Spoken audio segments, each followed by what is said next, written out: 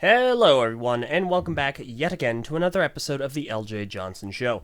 This show airs every single weekend, every Saturday, approximately at 4 o'clock p.m. Eastern Daylight Time, unless specified to be a different time, which would be over on my Twitter at the Eljay Johnsen, Johnsen. Make sure to head on over there as well for guest announcements every single Tuesday. And if you have any questions over the week, make sure to email me at ljjohnson@gmail.com. Whew. Okay. I'm pretty content with that. So, many of you may be aware exactly what I've done in the past pertaining to YouTube and videos and whatnot, namely the TTV channel. And maybe many of you have watched this show before and seen some of my prior guests. Perfect. In that case, you already know my current guest here. He's a primary host over on the TTV channel, one of the founding members. It is, of course, Tyler Anderson. Anderson. That's it. That's your name now. I'm not Anderson. You butchered my name. Listen, I don't say it often. In protest. Okay, see ya. Well, it's a one-man show now. But you probably know him a little bit better as Mesonak. How's it going, dude? It goes very well. Time to crack open a cold one. Ah, sweet. That's Cracking delicious. open a cold one with the boys. Talking about Bionicle. Yes. Get hype. Now, No, I'm doing swell. awesome. Great. It's obnoxiously early. Mm-hmm. Like, really That's what early. happens. Your prior plans fell through, and I decided to save the day, but minor sacrifices have to be made. Fair enough. Yep, no. Being sleep schedules. This is not the intended guest for today. However, I'm also not complaining, so thank you for being here and taking the time. No problem, fam. Alright, so, a little bit of a... How things been since I was last on? I think the paradigms have shifted a little bit. Oh, you're right. I was gonna bring this up. I was gonna mention this. So... Oh gosh, hang on. They're a little bit different. Let me go ahead and get the video up. So the last time you were on was March 10th, 2018. And at that time, I didn't realize that there was the opportunity or the possibility to become a TTV member again. Oh, yes. So, yeah, things are a little bit different now. Mm-hmm. It's been busy. Oh, wait. You were on in March? It was. I thought it was February. March, April, May. It's telling me here March 10th. Well, all right then. Almost 4 months exactly to the day. My goodness. So much has happened in that time. Mm-hmm. What a mess. It's been a roller coaster ride. You came back in TTV. You know, they announced Lego Harry Potter. Bionicle came back and then got canceled again. What? You know, in What? 4 months. No. Yeah, it's great. No. No. For G4, it'll probably only last a week at this rate. Oh my gosh, okay. Alright, so, for anyone who possibly watches this show, for Lego-related discussions and whatnot, we are going to be talking about Lego, of course. However, it's going to be a very, very specific type of Lego, and that being Bionicle. So, you're going to hear a lot of Bionicle jargon, a lot of Bionicle terminology, a lot of Bionicle words and names. To anyone not initiated, it's going to sound unbelievably confusing. I came here to talk about Mars Mission, dude. I don't know what you're talking about. Of course. They're making a sequel to that. It's called the Saturn Strike. Mm-hmm. Right. And I can talk about all the deep lore, dude. Of course. All the Mars mission deep lore. Yep. I'm so familiar with that, buddy. Bionicle is dead. Bury it. Oh my gosh, dude. Gosh, you gotta get over it, man. What's the analogy you've been making that it's like my ex-girlfriend who I can't let go? Yes. Bionicle. Yeah, it's basically what Bionicle has been. More specifically, Generation 2 than Generation 1. Fair enough. Mm-hmm. You know what I would call G2? It's like Mm. that burnt piece of food that like when you're cooking, it just gets burnt and you can throw it away, but you just can't get the smell out of your kitchen. And it just lingers there You can for very too long. easily get the smell out of your kitchen. Hmm. Very easily. They're called candles. Scented candles. Fair enough. Oh We my can't have gosh. we can't have scented candles for an audio show, now can we? No, we can't. They haven't developed that technology yet. But All right. that's okay. But yeah, no, so I figure there's the precursor. If any of you really want to know who Meso is, then I recommend checking out the first episode of this show that he was on, which was a really good episode. Yes, It was a please. ton of fun. I don't want to repeat my whole spiel again. Yeah, don't worry, I'm not gonna make you do that yet. So we're all good. But all right, Cool, let cool. me go ahead and do one. Oh no, you're already doing it. Never mind. Okay, in that No. case, let's we've got a lot to talk about, and one of the reasons this is so early is because we anticipated talking about a lot of Bionicle related stuff. So where do you want to start? Let's start at the beginning. All right, so in the time before time, when the great spirit Matanui brought down we, the ones called the Matoran, to this island Oh, you're not Further talking. beginning. Further in the beginning. Got it. Recently, what's kind of it's one of the things that's sparked what I like to call my Bionicle resurgence, because I had fallen out for quite a while, and now recently I've gotten like super back into it. Is the reveal of a lot of early Bionicle ideas and scrapped concepts by a member of the TTV message boards named Maku, who basically compiled this mega document of like stuff that was going to be done in Bionicle versus what actually ended up happening. And I liked it so much that I actually made TTV's first top 10 video in 100 years, the top 10 early Bionicle ideas over on the TTV channel, and just digging deep into all the stuff in that document. So I'd recommend, if you're a Bionicle fan who's interested in the slightest about the theme's origins, where it came from, go check out that document because it's super cool. And reading it has kind of shown a light, I guess, on the age-old debate of like Bionicle, was it, how do I put it? People debate its complexity and its tone all the time because it started off super like tribal and mythological, and then over time it kind of built itself up to be basically sci-fi Game of Thrones, if I had to say. A billion different factions and organizations and areas essentially at war with each other through perpetual backstabbing and double crossing. It changed a lot, almost unrecognizable. Not quite. The writers stayed the same for most of the themes run, so you still got the Bionicle flavor that never left, but the aesthetic, the tone, the character focus, and the way the story was delivered changed a lot. This document has kind of shown a light on that again, because we learned it was going to be even more mythological originally before it changed completely, including even like actual Maori like deities. Makuta was basically like Lord Business from the Lego movie. Or some other like destructive force who hates creativity. Like it was a big deal. It could have been vastly different. So I guess that'd be a good place to start with Bionicle. Let's talk that. Do you think? Well, probably a dumb question for you. Do you like where the theme ended up? Yes. Do you like its progression? Yeah, no, I had no issue with how it progressed. I was heavily enthralled in the entirety of the theme, obviously. And I'm oddly complacent with a lot of Bionicle-related issues. Like, and this is Wow. story-wise and this is set-wise as well. You'll see it very heavily throughout my... Okay. You'll see it very heavily throughout my recaps.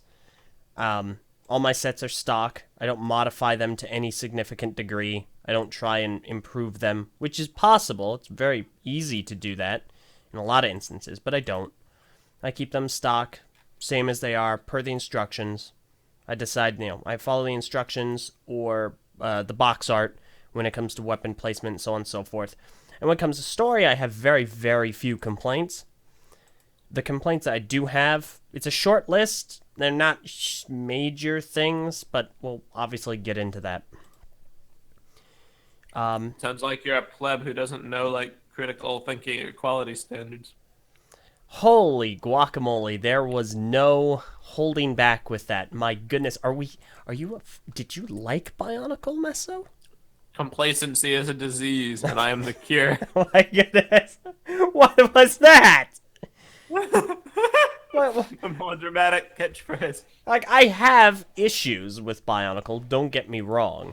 One of my biggest problems is what Greg, this is an issue that Greg, and I want to get on to that subject as well, but Greg Farshdi, the way he handled Toa to Yet was an utter mess, and it's easily one of the largest blights on the story that I can think of personally. And Not exactly about to Yet. Did you not like just how he brought her back? Because the story of Tuyet goes, she is one of the Toa on Toa Likan's Toa team. That was a lot of Toa in one brief sentence. And she ended up going rogue, turned bad. She was sent to the pit, unbeknownst to many people, really. Where presumably she died. We saw a corpse. We were under the assumption for a few years, actually, that she was dead from 2007 to 2009, until some unbelievably convoluted mess is crafted to bring her back to the story at a pivotal time. And it's utterly contrived. It's frustrating. I don't like it. It is probably the greatest issue I have to, just in general with Bionicle. Didn't it involve like alternate dimensions, and there was like an alternate to Yet that came through? Okay, to get a little more complex, because it is complex. Because my memory of that exact period is a little hazy. I'm gonna reread all that stuff soon. Okay. So, basically what ended up happening is Tuyet was captured. She was being charged with the crime of murdering Matoran and being a just pile of garbage. Right before she was sentenced by, I guess, Taraga Duma, Botar from the Order of Matanui came in, teleported her away for her crimes to the pit, where only the really great, awful people go. So then the Great Cataclysm happens. Presumably, she dies in it. Fast forward a little bit, like a lot bit. Pterodax and Motoro, they're going around the pit. Pterodax finds the corpse, and he sees these little shards in the armor of the corpse. And he goes, hey, that's the Nui Stone. And the Nui Stone is a powerful artifact that absorbs Toa power from a large radius and just supercharges the user. So his idea is to get the Staff of Artaka and then reform the Nui Stone and use it for his own purpose. Which was what exactly? I'm not sure. How did that fit into his freaking master plan? I'm not 100% certain. Oh, So, bad writing. oh my gosh. So, he ends up reforming the stone. He has Motoro use his mask to reanimate the corpse. Or at least he almost reforms the stone. And then Brutaka comes in and basically thwarts his plans with that. And then Botar grabs the staff and takes it back to Artaka. Mm-hmm. And then we learn Tuyet was alive the entire time. She wasn't taken to the pit. She was taken to an alternate dimension where there are no Toa, so she wouldn't be able to absorb Toa energy. She is in this giant, large area alone by herself, this room locked up, with one, I believe just one Order of Matanui member watching guard. And they're basically interrogating her, figuring out how the heck she got a hold of the stone, so on and so forth. And so over all of these years spending in lockup, she befriends the Order of Matanui member that's placed guard, and then breaks out of the universe and somehow makes it back just in time to assist the rebellion during Reign of Shadows. It is pure, honest nonsense. Why exactly was she taken to an alternate dimension? I mean, because it was an alternate dimension, they wanted to interrogate her to figure out all the But details. but why? Wouldn't our dimension want to interrogate her? Oh my gosh! Well, the thing is, there were in this dimension there are no Toa, and she had shards of the Nui Stone in her armor, which I still find to be weird because the Nui Stone was melted. So that's great. So suffice to say, this pretty much encapsulates everything people dislike about later Bionicle. There's like a billion MacGuffins, alternate universes that are like important and relevant, and characters being put into situations they maybe shouldn't be in just for the sake of shock value Well, or complexity or the plot. I wouldn't say that there are alternate universes that are important. I think that this alternate universe played a role. It had a hand in the story. However, I wouldn't necessarily call any of them important. You know what I They're mean? plot relevant. That's Sure. all I mean. Fair enough. Like Hero Factory had an alternate universe. It had one, and it was told in a spin-off book that was non-essential. It really didn't contribute to anything at all, but it was an interesting side story. These are relevant. These are like main plot stuff, unless you consider the serials non-relevant, in which case, well, that's another matter entirely. Yeah. We can probably discuss.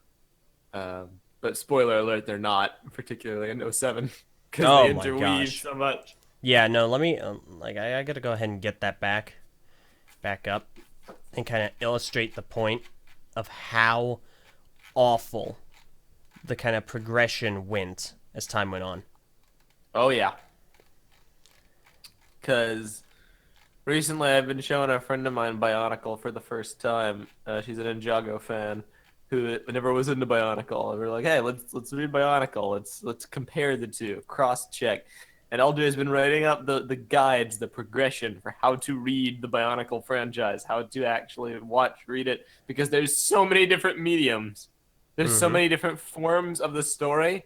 For a newcomer, what possible, like, it's so complex to find a proper route to actually carry through the story. And it really kicks into seventh gear in '07. Yeah, so Because that's where it all starts to ripple outwards. to really put this into perspective, this is the roadmap that I wrote up for 2006.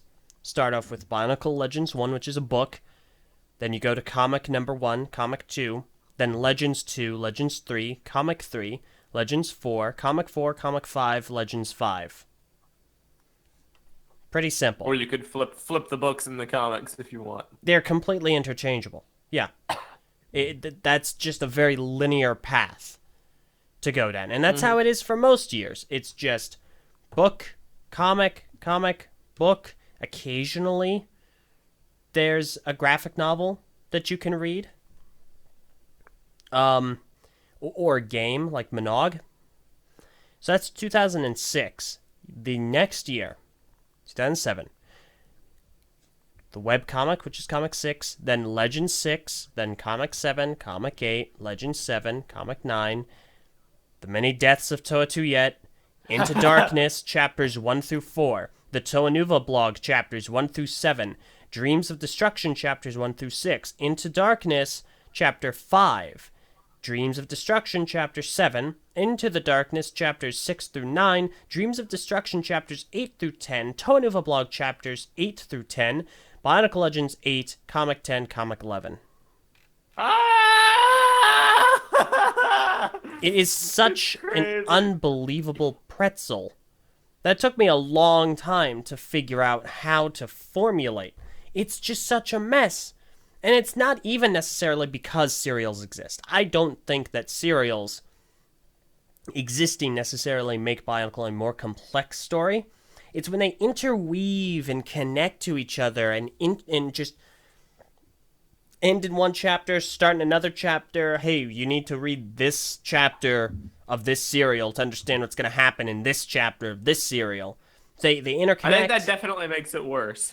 No, that is 100% the reason why. It's just such an unforgivable mess. starting Well, I in mean, I would 07. also say that that's definitely the main reason, but I would say the introduction of the serials do inherently make it more complex, simply because what I've learned from Bionicle is the more story you tell in different ways, the more story that has to be found in different places or read or consumed in different mediums, the more complex and ridiculous it becomes because each type of thing has its own distinct style.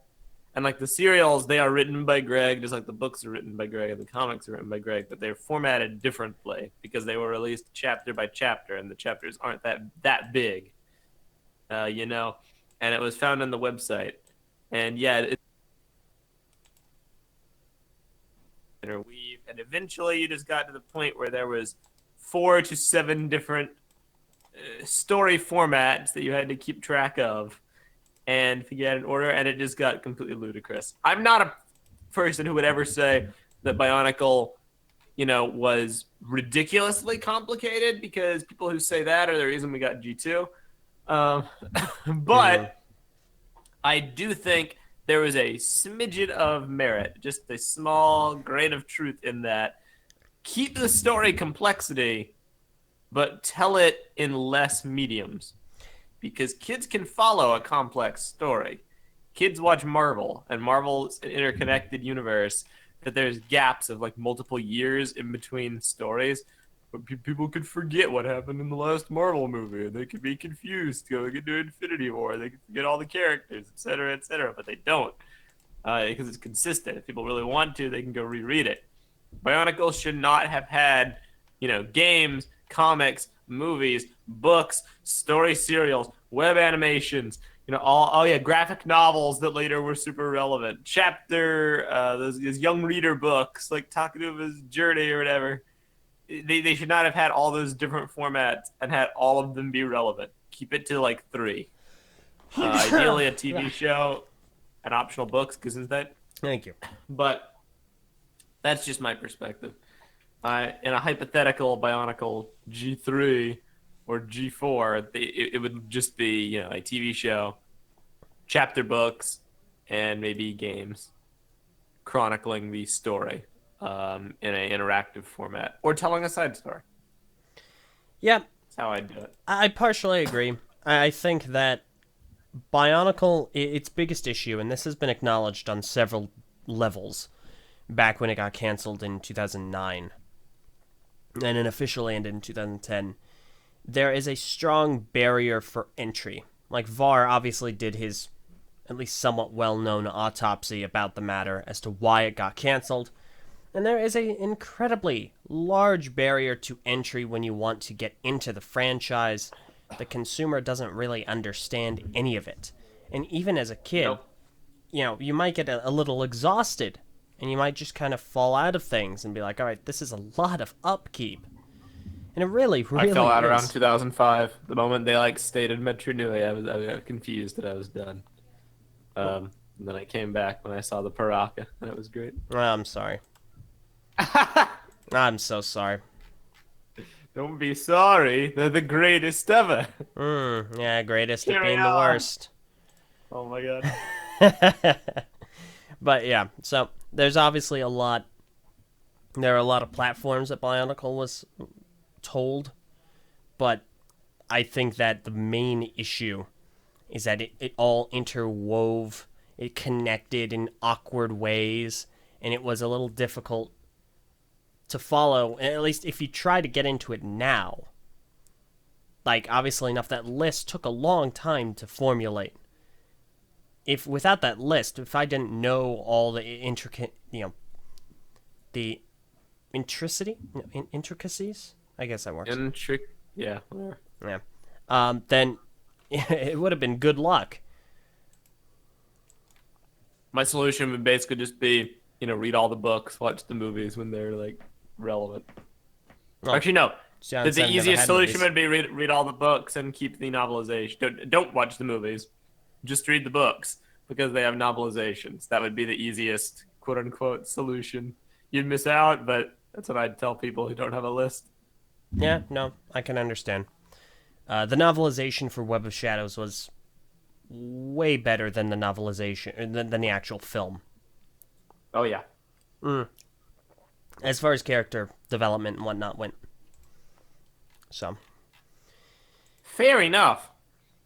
yeah. But yeah, like about Bionicle's complexity, it's like it's a double-edged sword because we've seen it with it, and it had its own problems. We've seen it without it in G2, and that had its own problems. There is a balance to be found. There is a middle ground. I just don't know if we'll ever find it because I don't really want it to come back again. But it's not that difficult, I would imagine. Ninjago does it fine. Yeah. Although Ninjago has its own issues because pretty much all of their expanded media is deemed non-canon, which is maddeningly frustrating. Mm-hmm. So like books, comics, graphic novels, it's all like non-canon. Even Tommy Anderson's Way of the Departed story that he wrote, being one of the showrunners, is deemed non-canon simply because it's not written by the Hageman brothers, the writer, and that's ridiculous. Maybe Ninjago is a bad example. Maybe Ninjago doesn't do it fun. Well, I mean, Ninjago streamlines it. They go hardcore into streamlining the entirety of the entry process. And that isn't, it's just watch the show. Anything in the show, that's all you're going to need, unless there's something confusing that Tommy ends up clearing up on his Twitter. But at that point, it's like, well, then you got to get into the community and you got to learn about all that. But other than that, it's just the one form of media you need to pay attention to. Bionicle had at least 4 at any given time. The one positive thing I will say about this, the Bionicle element like this, is at least they did not go out of their way to, like, when you make expanded content, when you make books and comics, I don't believe you should go into it making it non-canon. If that makes any sense, that's one of the problems I have with Ninjago. Everything, okay, this will play in later. I know where this is going, so I'll go ahead and bring up my Huki and Maku images. Do it. Okay. When you make expanded media, when you produce content for a theme, speaking about Ninjago here, but also Bionicle, you should never go into it saying, okay, this is not going to be canon. Everything you make is part of the story. It's simply about how you relate it. And if you don't have a lore master on the team checking for plot inconsistencies between the two mediums, then you're doing it wrong. And that's an indication of a badly done franchise. Because Ninjago has like 1 billion books and comics. Substantially less, they're all super interesting, but all except 3 of them are deemed non-canon, meaning not part of the main story. So what motivation do I have as a Ninjago fan to go and read those books? Big ol' zero. No motivation. With Bionicle, modern new online game. It's beloved. It's revered. It's like the greatest thing since sliced bread. One might even say the greatest Bionicle game, hypothetically. One might even say. It launched the theme. Over the years, it might not have helped drive the sales of sets super crazily, but it's become a figure in the community, just a staple of great Bionicle storytelling. It's non-canon. Or No. at least semi-canon. It's semi-canon. That's its horrendously dumb label, because if one thing is non-canon, the whole thing is, because you can't trust presentation of events. That's my view anyway. Specifically talking about romance, but it goes more beyond that, and more because that mainly happened in the Borock Animations. Yeah, no, I figure that is fair, because I think thinking more of the Turaga noble masks and a few other little conundrums. The toy using the noble masks. Well, that's a very debatable instance. Like that, there is a lot that we can discuss with that specifically. Mm-hmm. I feel that I agree to an extent, just to a point. So I agree that you should never be going into your story going, hey, this is probably going to be non-canon, but enjoy. However, I do think you can retroactively go back and realize this does not work anymore. We have gotten to a point where this just doesn't really line up. It doesn't make sense in the overall story. It doesn't make sense for characters, doesn't make sense for events. We can probably classify this as not being worth your time, so that way you have this, at least a little bit of a thinner barrier to entry.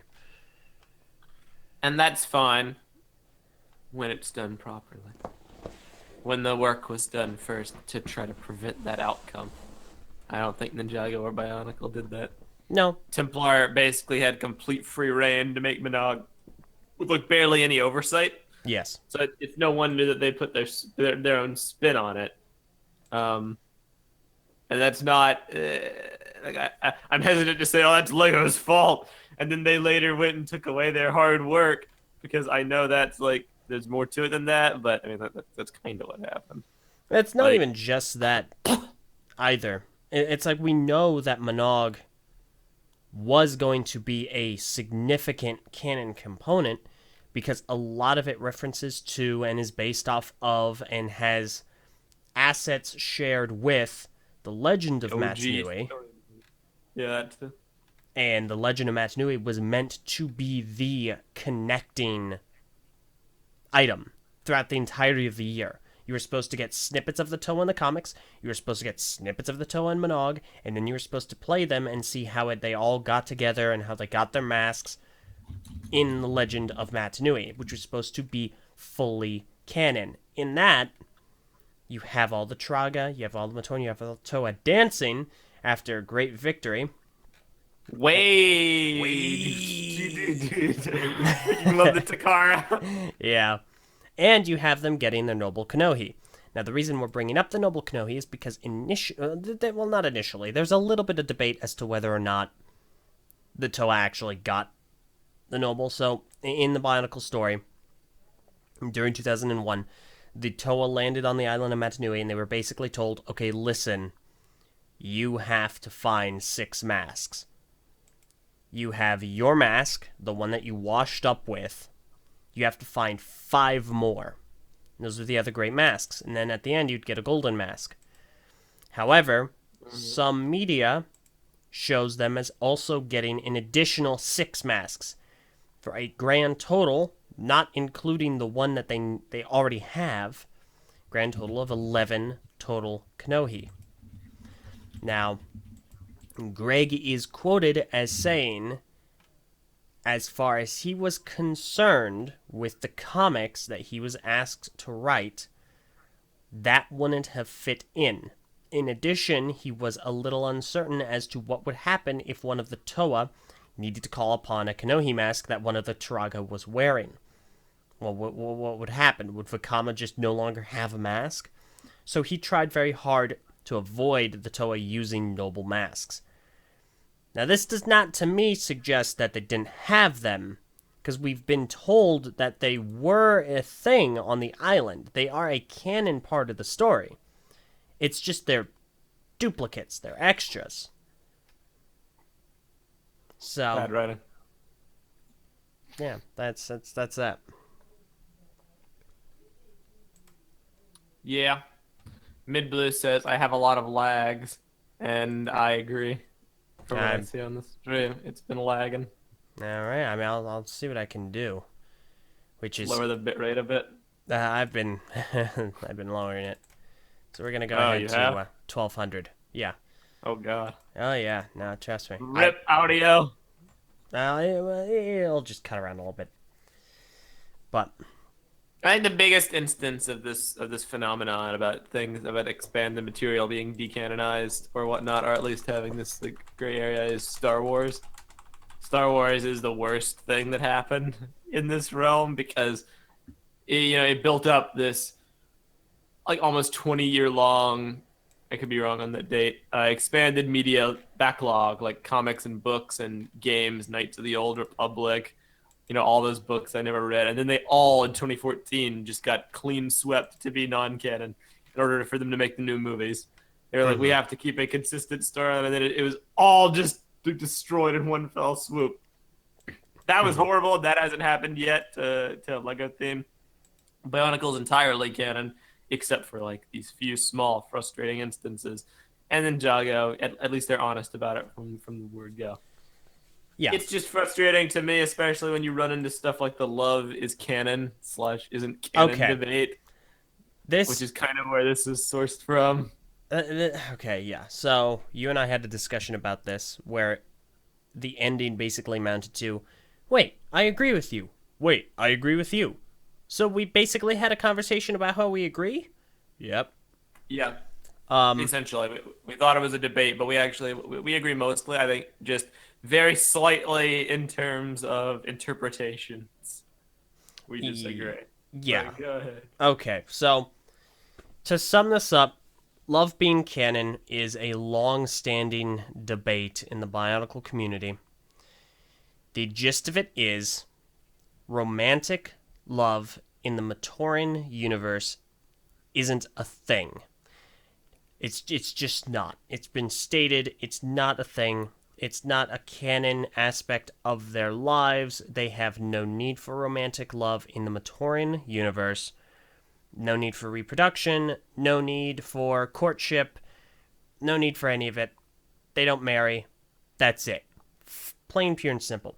The reason this is discussion at all, of course, is because in 2002, Templar Studios did the Borock Animations. Now, these were a handful of animations released, obviously in 2002, going over the Matoran and how they handled the Borock swarm.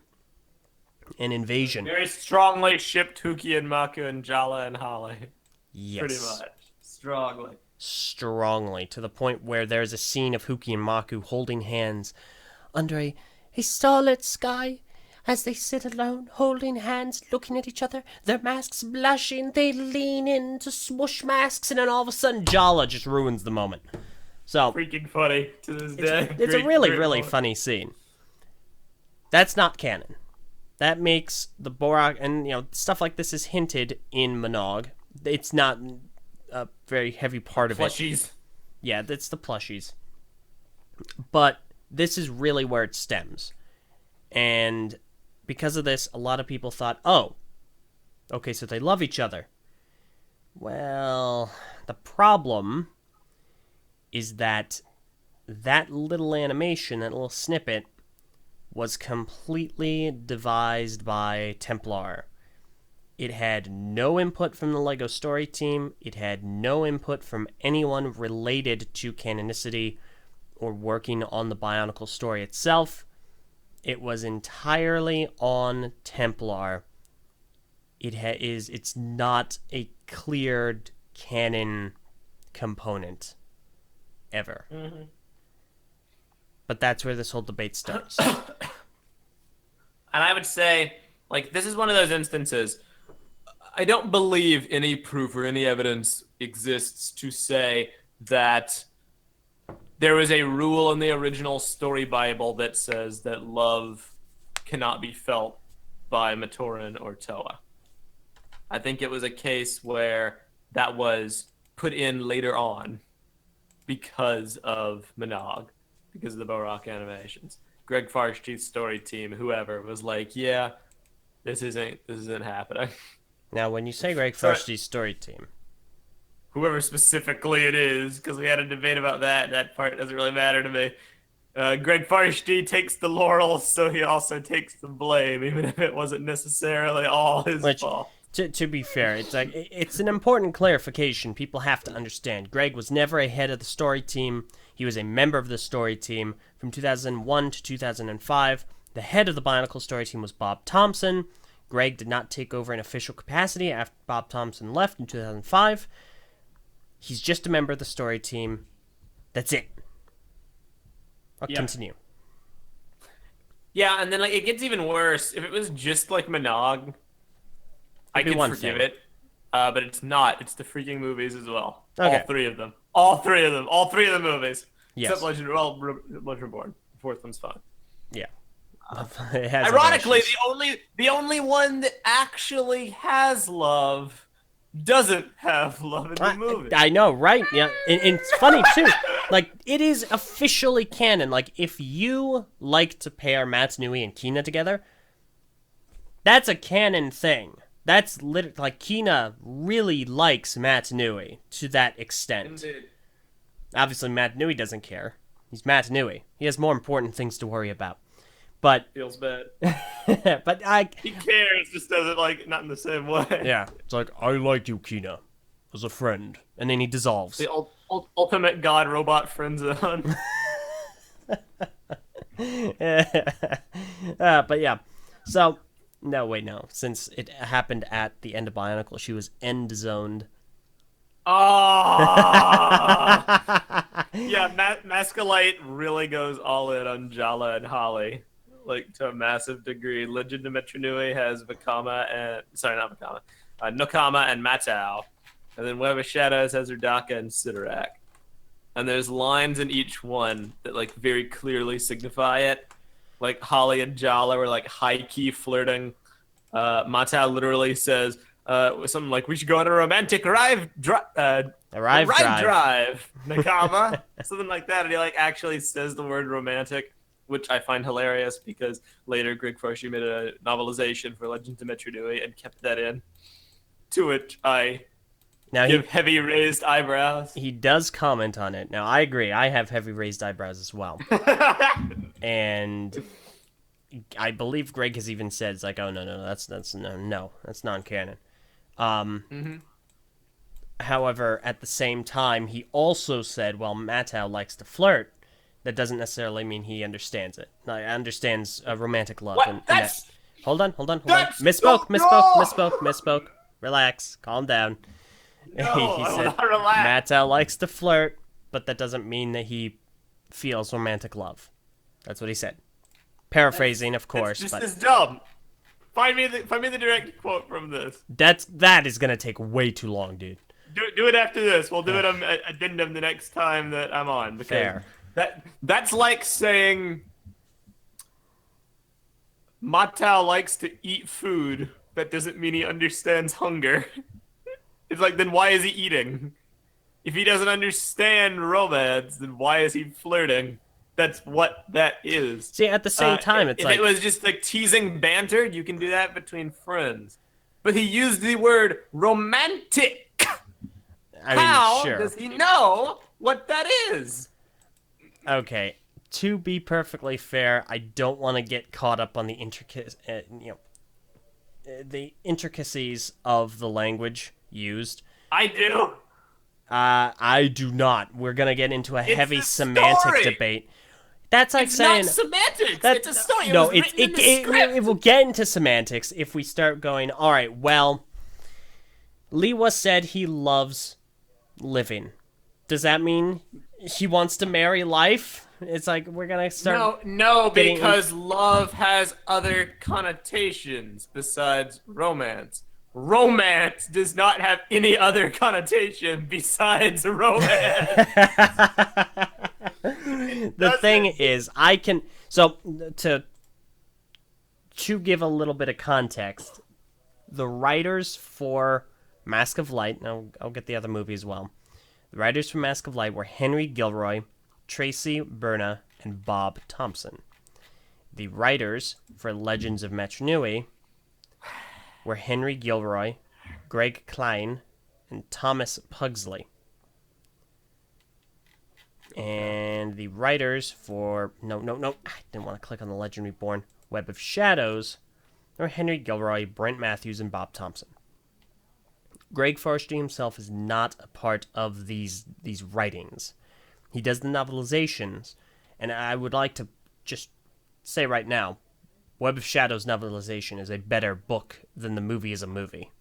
Personally. Oh yeah, without a doubt, 100%. Gives a lot of insight into Vakama's kind of switch, which is saying something because the switch was dumb. It's a good console, but yeah. Yeah. So... Okay, gosh dang it. So, obviously enough, a lot of people blame Greg for decanonizing love in the Bionicle universe. Which is exactly what happened.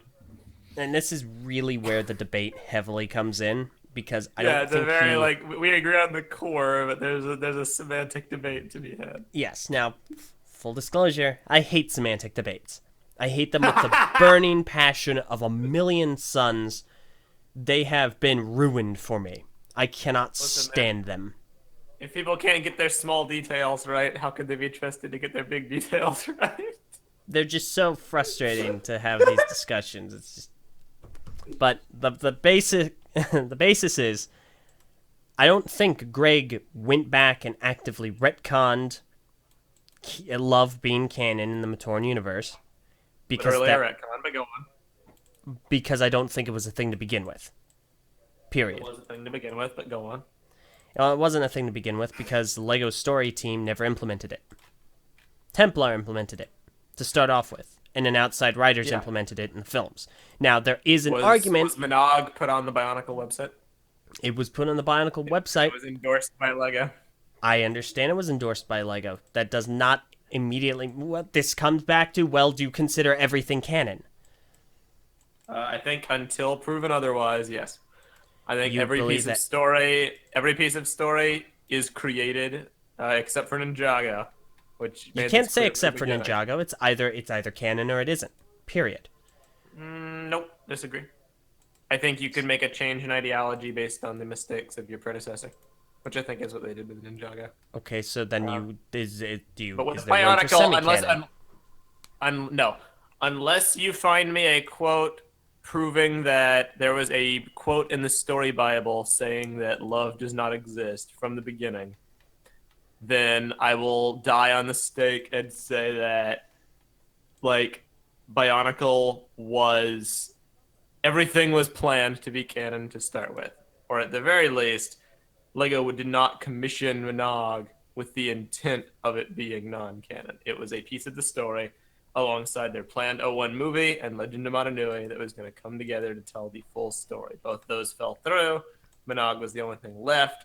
They carried on with it, gave Templar their autonomy, but they still treated it as, hey, this is not a fan project. This is not a third-party collaboration. This is official Bionicle material. This is endorsed. This is going on the website. This is, for all intents and purposes, the story alongside the comics. Because Love was later written to be non-canon, unless, again, it existed, that rule existed in the story Bible all along and Templar just ignored it, in which case the fault would be on them. But if that isn't the case, which I don't believe it is, then Greg changing already established material, or the story team changing already established material, is the definition of a retcon. And that is decanonicity. That is exactly what that is. 110%. I see exactly where you're coming from. 1v1 me IRL, mate. And I understand where you're coming from. At the same time, you can have a story team, you can have media that goes on Bionicles.com, and that you never intersect. You can have that. Obviously enough, you have story material that goes on Bionicles.com that the story team has processed, written, discussed, etc. Menog wasn't one of those things. Menog was made by Templar with the bare frame.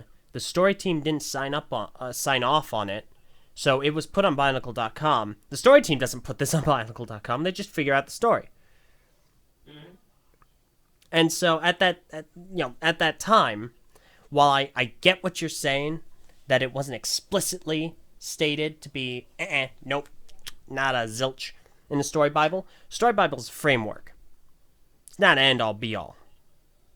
Mm-hmm. It's just an overall story frame. Exactly. And so I don't really care about it. I only bring that up in conjunction with the point, did Greg decanonize or not? At which point, I'm glad that you made that clarification later on. And this is one of my more specific... This is a more semantic-related issue. Greg may not specifically have done it. It might have been... It was more likely a story team decision because they had large conversations where they all ended up having to agree. I have a quote. Let me go get that quote. A lot of people blame Greg just because he was the voice of how we learned about all this stuff. Oh, yeah, and I know. Figure for the story team. So he ends up taking a lot of the blame, but yeah, it wasn't just him thing. Yeah, there's this newfound, I don't want to say movement, but there's this headspace, this thought that people are starting to have. It's gaining popularity. I don't really know if I agree with it or not. It's that Christian Faber is on the same canonical level, as in he should be listened to on the same way, on the same level as Greg, as far as canonizing and the canonicity of things in Bionicle, as Greg. So Faber and Greg, when they speak about Bionicle, are equals when it comes to canonization. But it didn't. Wasn't Faber responsible for the ideas of things and the concepts? He didn't Yes, necessarily see them to execution 100% of the correct. time. And Yeah, that falls and apart fast. and he wasn't a Lego employee. He was an employee of Advance. Mhm. So I hesitate to say it's a dumb way of thinking because there are a lot of people that I respect greatly that end up thinking that this is a good thing, that this is a valid thing. And I just can't help but say, no, this seems more like a way to snub your nose at Greg as instead of saying, oh, these people have equal say in the canonicity of Bionicle. The Lime Joint podcast in the YouTube chat. I feel like I'm being vague right now. It's like, okay, I think I've had this discussion with Diggy before, and like that's my point. Like he was one of the people I was talking about. I have great respect for Diggy and his thought process and how he goes about things. And Lime Joint is immensely entertaining. But at the same time, it's like I don't understand how this is a valid, how this is a valid concept. It's like Yeah. it doesn't seem like it's a genuine. Yeah, I honestly believe that Faber has as much canonical say as Greg Farshty, who's a current employee of LEGO and who was a heavy part of the story team and is responsible for Bionicle continuing past 2001. That's not how this works. Okay. Faber's your guy for like fun facts and trivia and like concepts. Greg's your guy for actual like facts. Yeah. Okay, so here's the quote on the LEGO message boards. Rest in tiny, tiny pieces. Okay, so the question is, so Greg, how did you come up with the epic plot for Bionicle? And Greg says, it's important to keep in mind that the overall plot for the year, the beginning and ending, came from the story team as a whole. I filled in the middle and wrote side stories, but I did not do all the plotting for it. Fair enough. Someone asked how it was working with the team. He responded, the Bionicle story team was probably the greatest collection of talent I've ever had the privilege of working with. It was a true team in that one person would come up with an idea and someone else would improve on it, and it wasn't about egos or wanting to monopolize the work. It was about making it the best it could be. Nice. So, All right, I can respect that. brief clarification. So Wolk is saying Greg has never been an employee. He's a freelancer. And the last work he did for LEGO was the Dark Island trilogy. This is wrong. Greg is a LEGO employee. He works at the LEGO office in Connecticut. He has a desk there. He works on the LEGO magazine. He does freelance writing for story themes, yes, but he is also an actual LEGO employee. So I just want to make that clarification there. So yes, Greg's an employee. Faber was never a LEGO employee. Faber is a freelance artist and concept artist. So. All right. Yeah, I mean, like, I don't really have too much else to say about the love isn't canon thing. Like, I agree it's non-canon. You'd have to be, like, very, like, ignorant of reality to claim that, like, it is canon. Mm-hmm. Unless you are part of a movement that just, like, rejects. Like, there is an idea out there that I saw a couple of years back with Mass Effect 3. Pardon me if I butcher the translation of this idea. But it was a pretty big movement. And it was when a few big things happen in the story to just break immersion or just split things down the middle in the meta sense for Bionicle, that you could say that would be the ending, or you could say it's the decanonicity of important works, basically fracturing the theme down the middle. Then at that point, the franchise is broken and it loses credibility as a work. And at that point, your own story concept, your own interpretations become just as valid as Lego's interpretations in this instance. Ergo, you're free. Canonicity is yours to make. And this is actually a pretty big thing a couple of years ago. Mass Effect had it much worse than Bionicle, don't get me wrong. The logic there is specifically referencing how the extended cut made the ending of Mass Effect 3 like even worse if you really like look at the plot. So at that point, just free yourself from these shackles. With Bionicle, I would say that would be applicable if you were like, all right, well, I reject this canon and believe this canon because both were presented to me as canon, and if you selectively pick and choose. But like that's such a subjective thing that doesn't really have a place in argumentation. That has a place in your own personal enjoyment and levels. The facts are Greg is the story head pretty much now. He wasn't always, but at this point he is. At this point, he has complete creative control over the Bionicle story. At least to a certain extent, of course. You don't have to care about canon. You could be one of those people who says, this is just a bunch of nerds talking online about stuff that doesn't matter. I want to enjoy Bionicle at face value. You have that power. But if you do care about canon, if you're one of those people who does, then you have to accept the fact that what Greg says is law. Pretty much. Now, you can't have it both ways. You can't care while also rejecting the facts. Yeah. Now, this is basically where you and I agree. Indeed. No stops. Is that no stops. I don't care about interpretation. If you want to make a fan fiction where Tahu and Gally are married and they have little Tally, their child Matoran of Steam, I don't care. I don't care one iota. You want to do whatever you want with the Bionicle story, be my guest.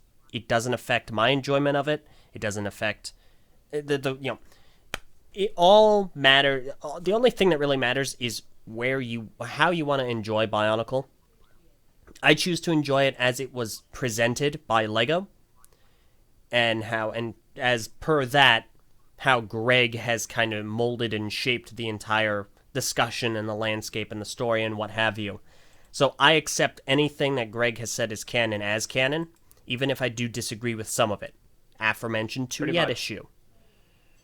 I have more issues than just Tuyet, don't get me wrong. However, that's my thing. Like, I choose to accept more screen time. I bet that's your second issue. What, who? Lima deserved all the screen time. No, are you kidding me? That'd be awful. No, but, well, okay, see, that's another thing. Like, I take issue with the ending of Bionicle. However, I do think it's a good ending. Do you? Yes. Oh, I'm sorry. So, just to kind of wrap this part of the discussion up, love is not canon in the Bionicle universe. In the Matoran universe. Romantic love isn't. A strong bonds, the love of a friend, of a good, dear friend that's almost familial in nature, is a thing in the Bionicle, in the Matoran universe. Romantic love is not. However, romantic love is canon outside of the Matoran universe, specifically Bara Magna. This is, noted. That's a thing. Meso and I just basically disagree on more so the implementation of this general fact. And the intent. Mm-hmm.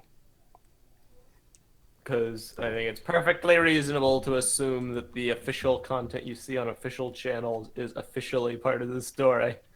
And I believe, and if it's not, then that's not like the individual's fault. That's like the writer's fault. And to that, I do agree. However, I also believe that there is additional context that is acceptable to take into account, and that it is worth looking into further, and not everything should be taken at face value.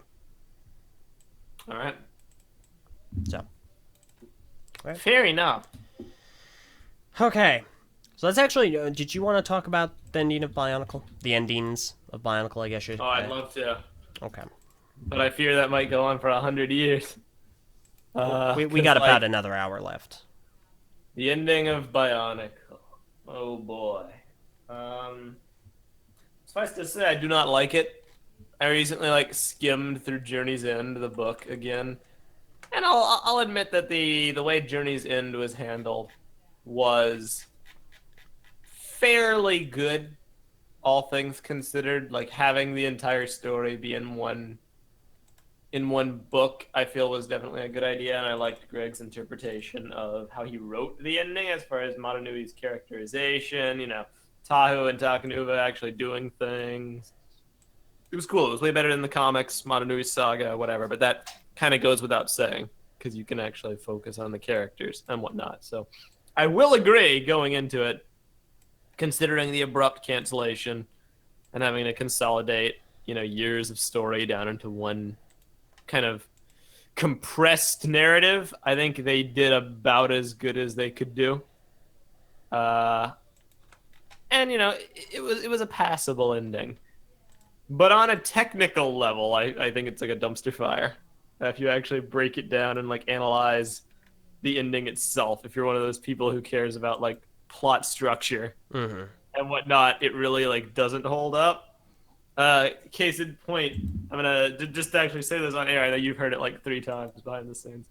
My methodology. I'm gonna rip off a good critique person on YouTube called Mr. Bitong, who years ago ripped into Mass Effect 3's ending, and I believe that his thesis on why Mass Effect 3's ending was so bad, I think, can be applied to Bionicle as well. The 3 critical flaws were.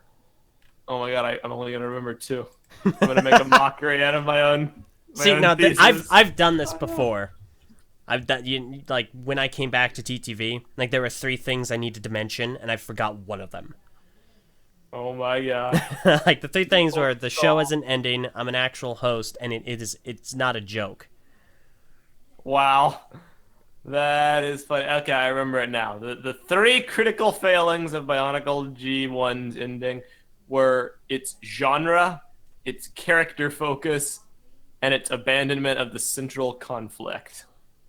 So let me dig into those. Please do. Real quick. The genre. It's already been discussed and well documented. There's no real need to go through that again.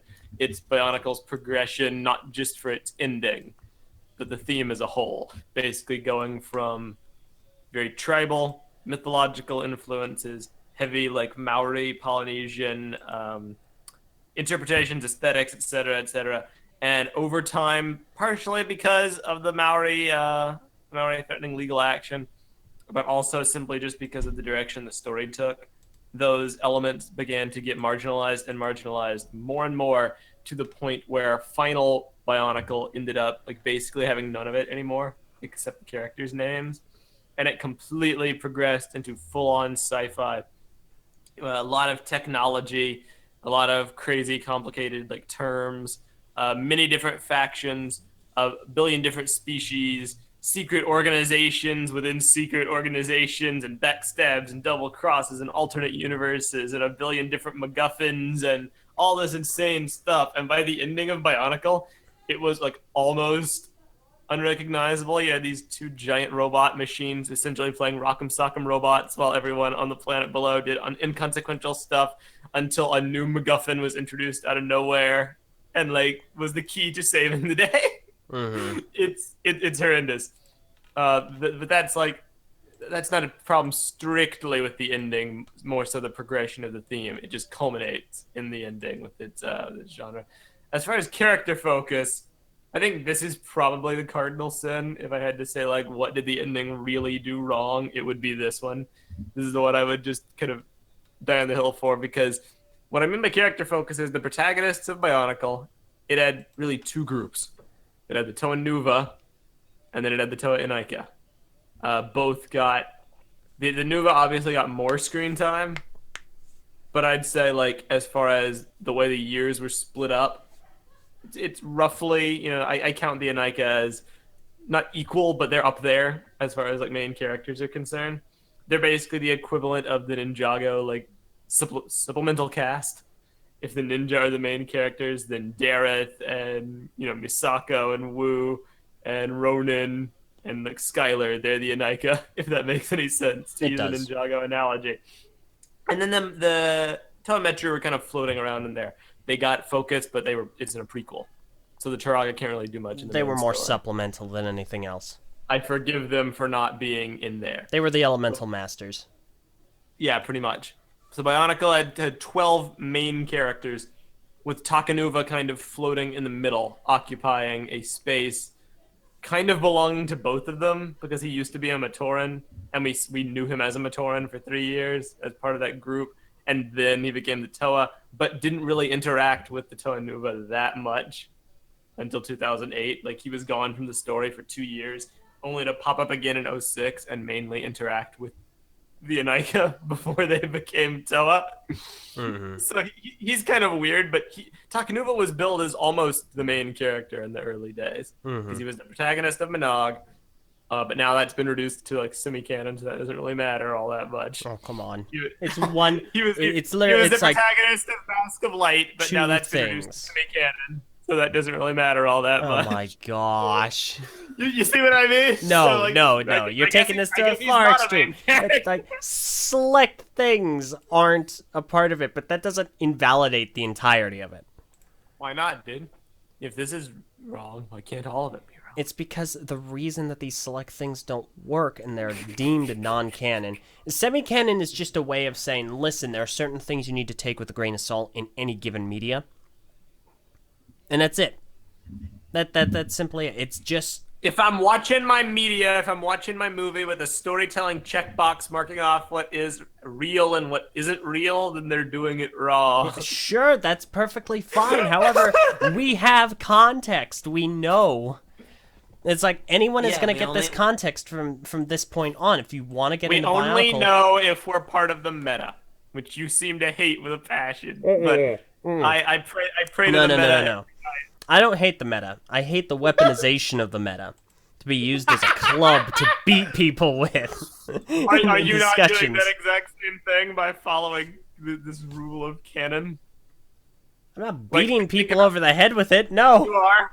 No you way. are, in a way. I said I don't care how Think anyone about it. interprets. I don't care how anyone interprets the story. If they want, again, if they want their Bionicle story to be about Ka, the Gecko bird that Kongu owned, with his wife and 3 children flying around Liwahi, go for it. I don't care. It's not but listen, a problem.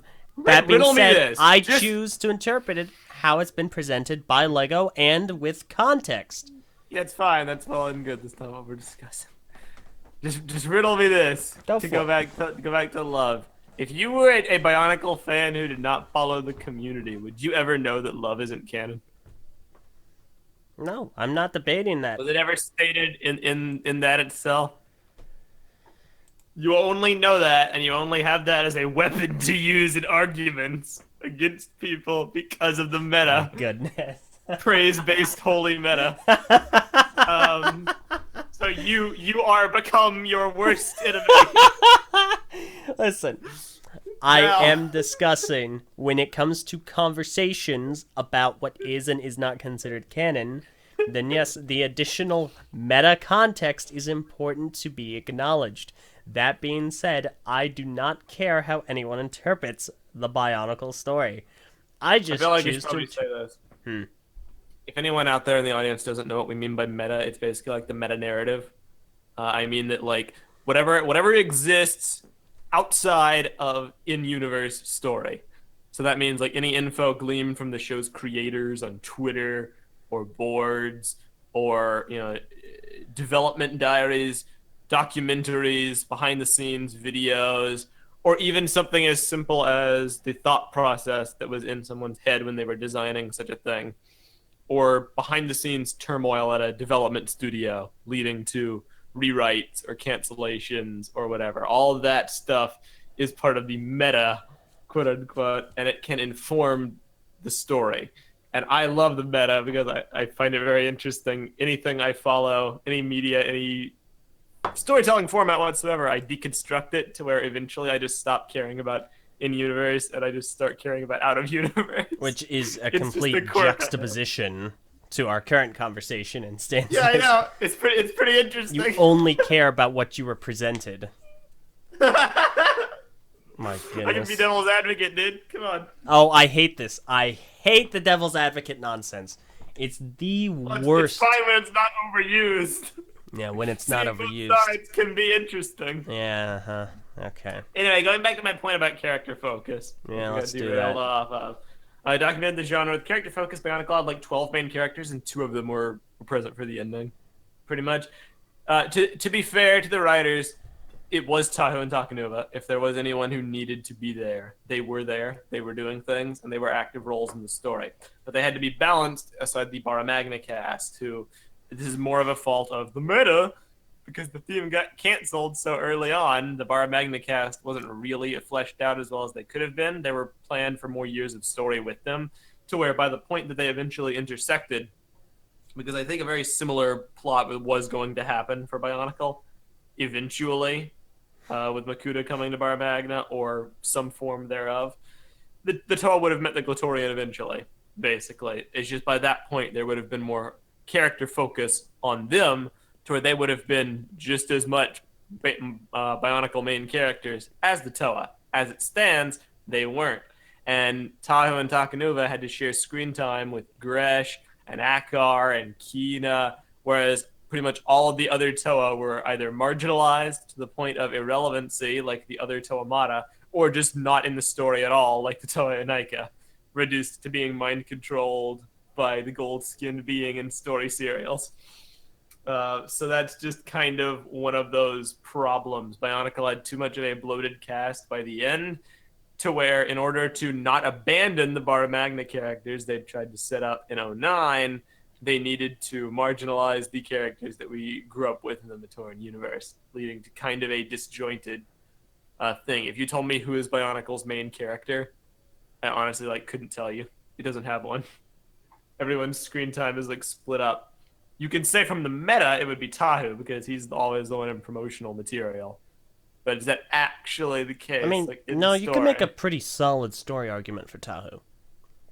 He did have an arc.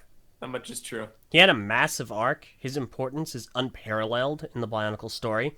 The picture I have on up on screen right now is of him holding the Mask of Light on the final beach, wearing the golden armor made specifically for him. Mask of Light, eh? I thought I said life. Oh well. I have Mask of Light in my head. Because love isn't canon. Ha ha ha. By the way, you know what my favorite canon story material is? What? Bionicle Heroes. Wow. What? Fair enough. LEGO presented it to us, and by your discussion point of view, if it's a LEGO product that we have been presented, who are we to say it isn't canon? Well, that isn't actually what I'm saying. I'm saying that you should never go out of your way to make things non-canon. You should always try to fit them into the storytelling framework, because when you don't, they're devalued. Bionicle Heroes is devalued from word go because they didn't even try to make it canon. They could have very easily done a game that worked in the 06 framework. They just didn't. No, they did not. Just didn't. I think anyway, the third point. I'll go on.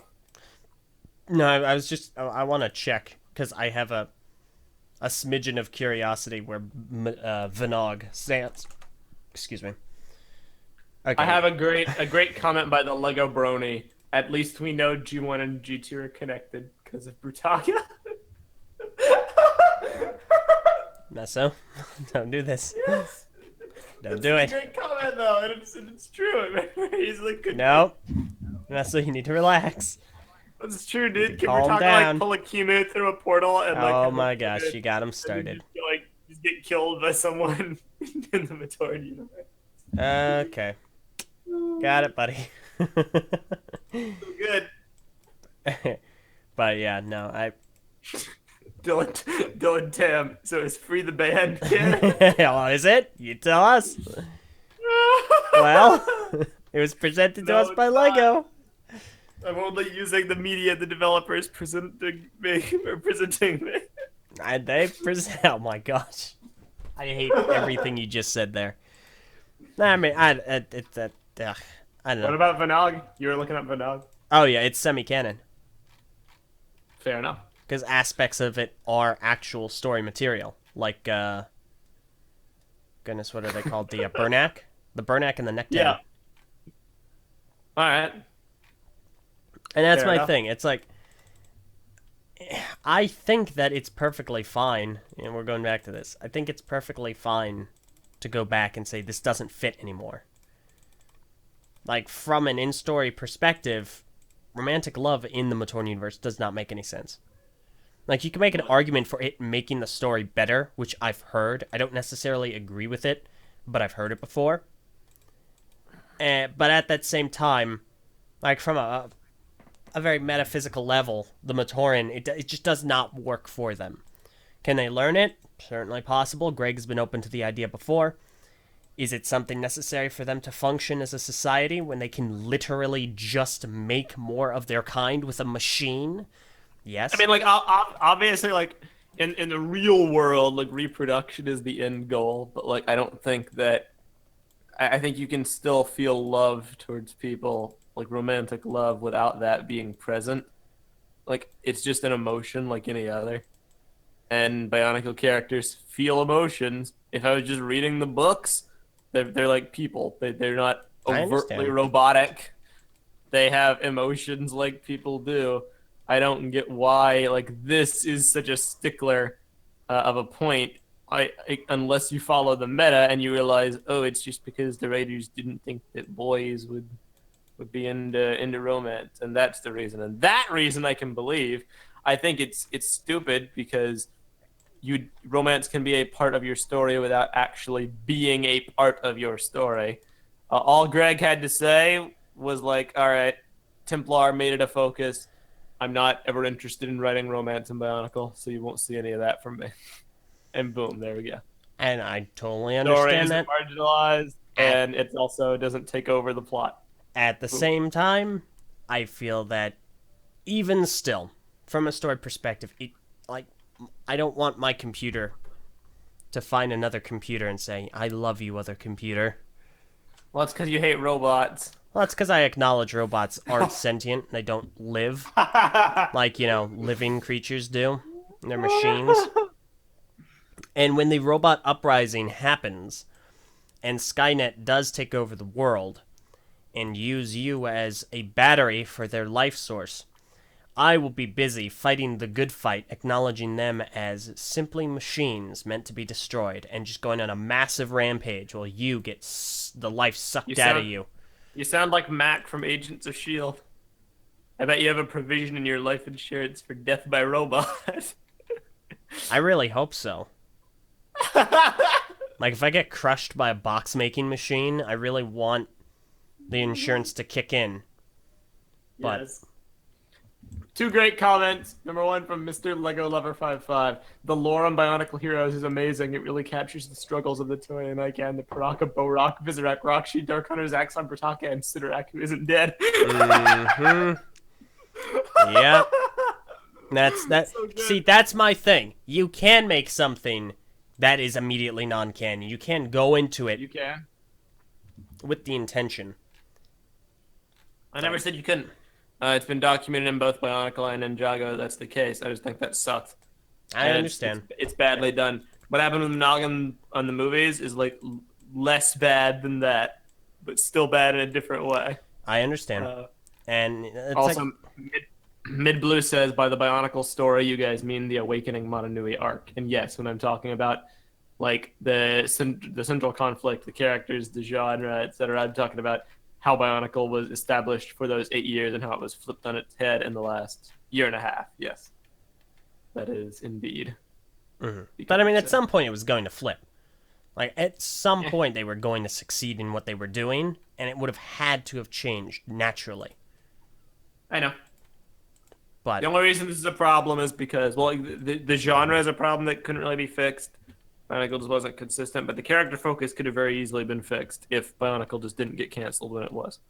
Yeah. If the Glatorian had had like 2 years to be main characters, then they would have been only slightly under the Toanuva as far as total screen time, at which point they would have been perfectly acceptable to be balanced in the end. Yeah, no, I agree. But they weren't. And that brings me to my third problem, unless you're still saying something. Oh, no, I mean, I was just saying, it's like, again, I think that you can look at a story and you can have context. I agree that, looking at a story, it's perfectly reasonable to accept what you're shown. because I would need to look into whether or not it's ever acknowledged in the story that the Matoran don't have the capacity for romantic love. I feel like you are. Never once. Yeah, no, I feel like you are correct. So in that case, without the context, you would never figure that out. I'm just saying that, when we're discussing the canon story, it's something important to acknowledge.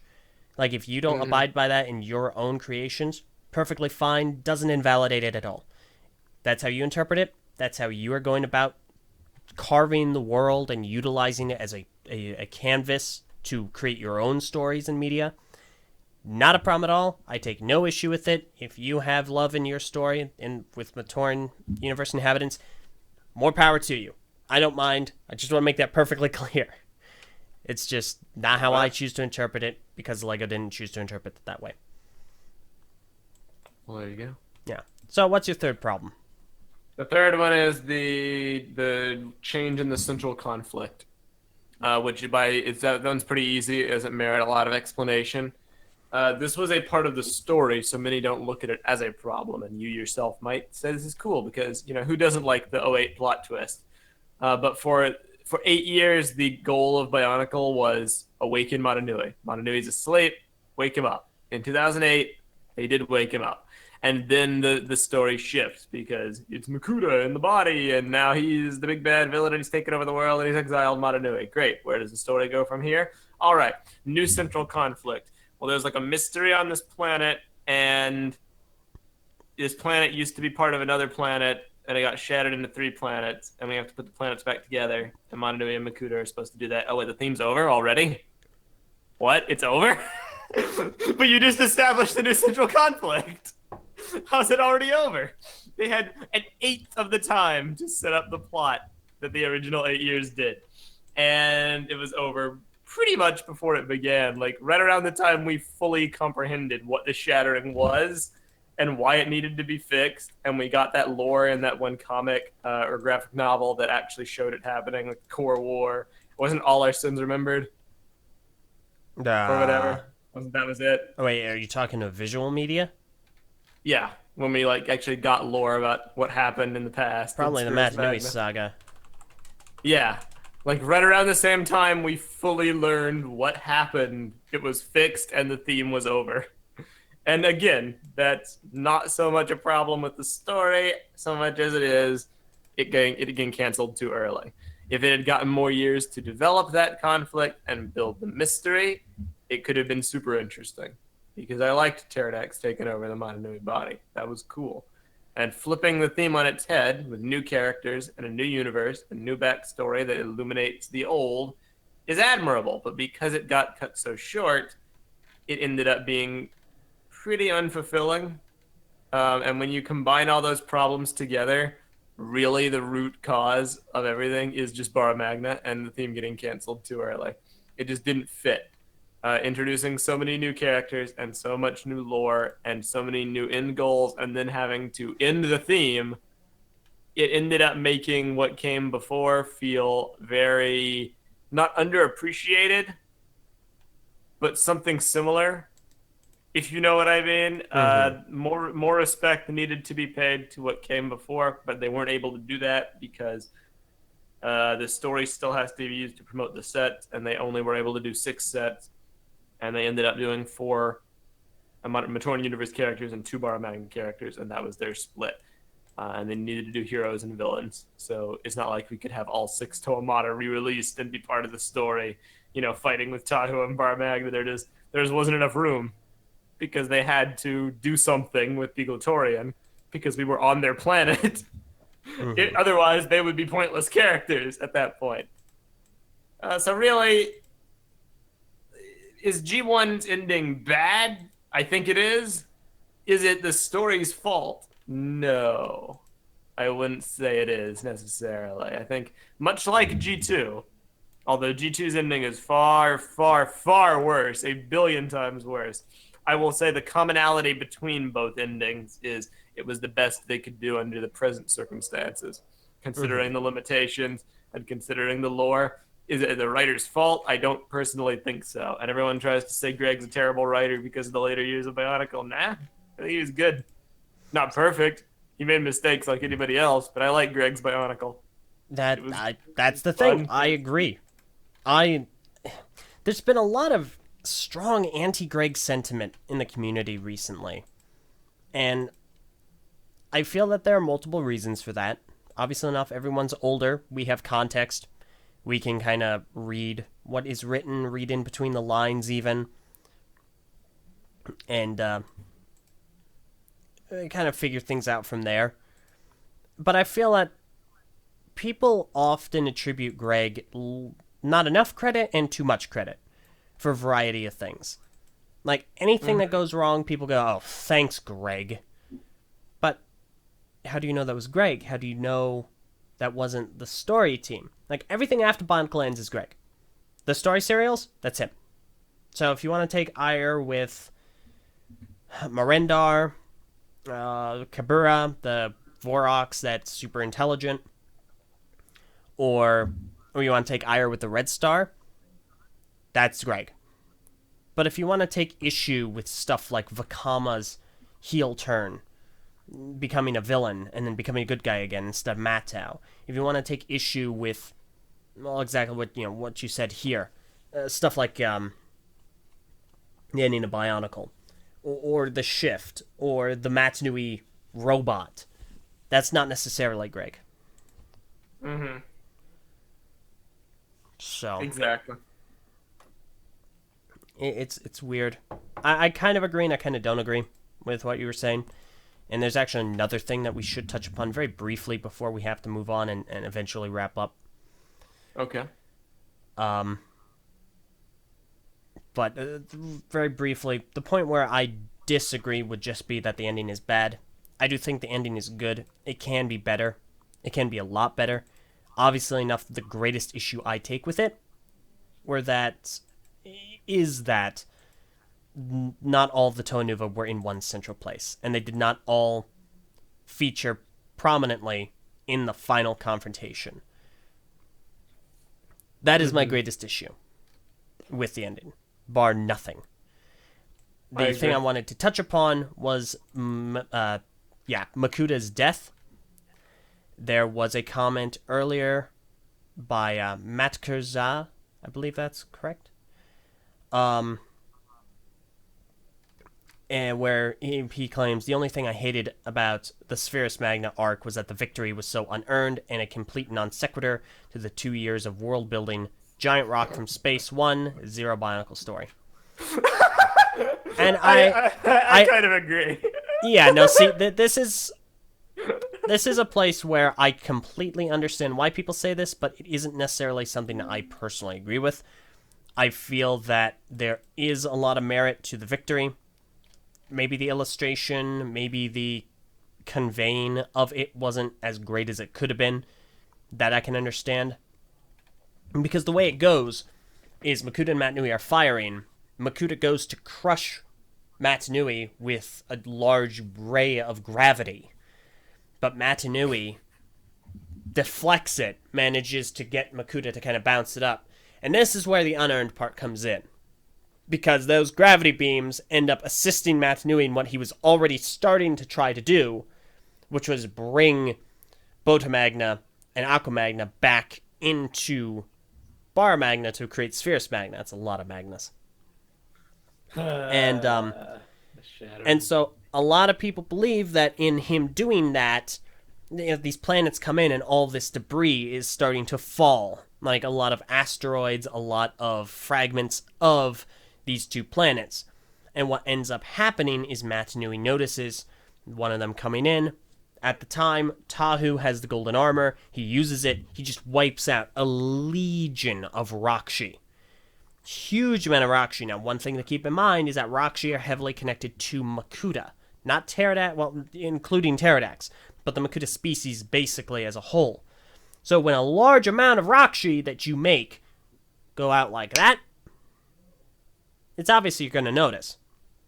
This kind of stops Pterodax briefly. Matnui takes the opportunity, he sees a fragment, and he pushes pterodactyls into the way of that fragment, and Makuta's entire world gets rocked, and that's how he dies. Yeah, I think it was their way of kind of having Makuta die without having Motonui kill him, in the sense that it was because of his own power that brought the moon down, if you know what I mean. But the reason I think that doesn't really hold up is because Motonui still ended up killing him. Like he knocked him into it. So at that point, you kind of defeat your own goal that way. I've said it for years. My proposed ending would have been, don't even have the Toa leave the robot and fight on the ground. Like if you absolutely have to have a ground war on Bara Magna, just have that be the Glatorian. Honestly, give them something to do. Have Rakshi come out and fight them.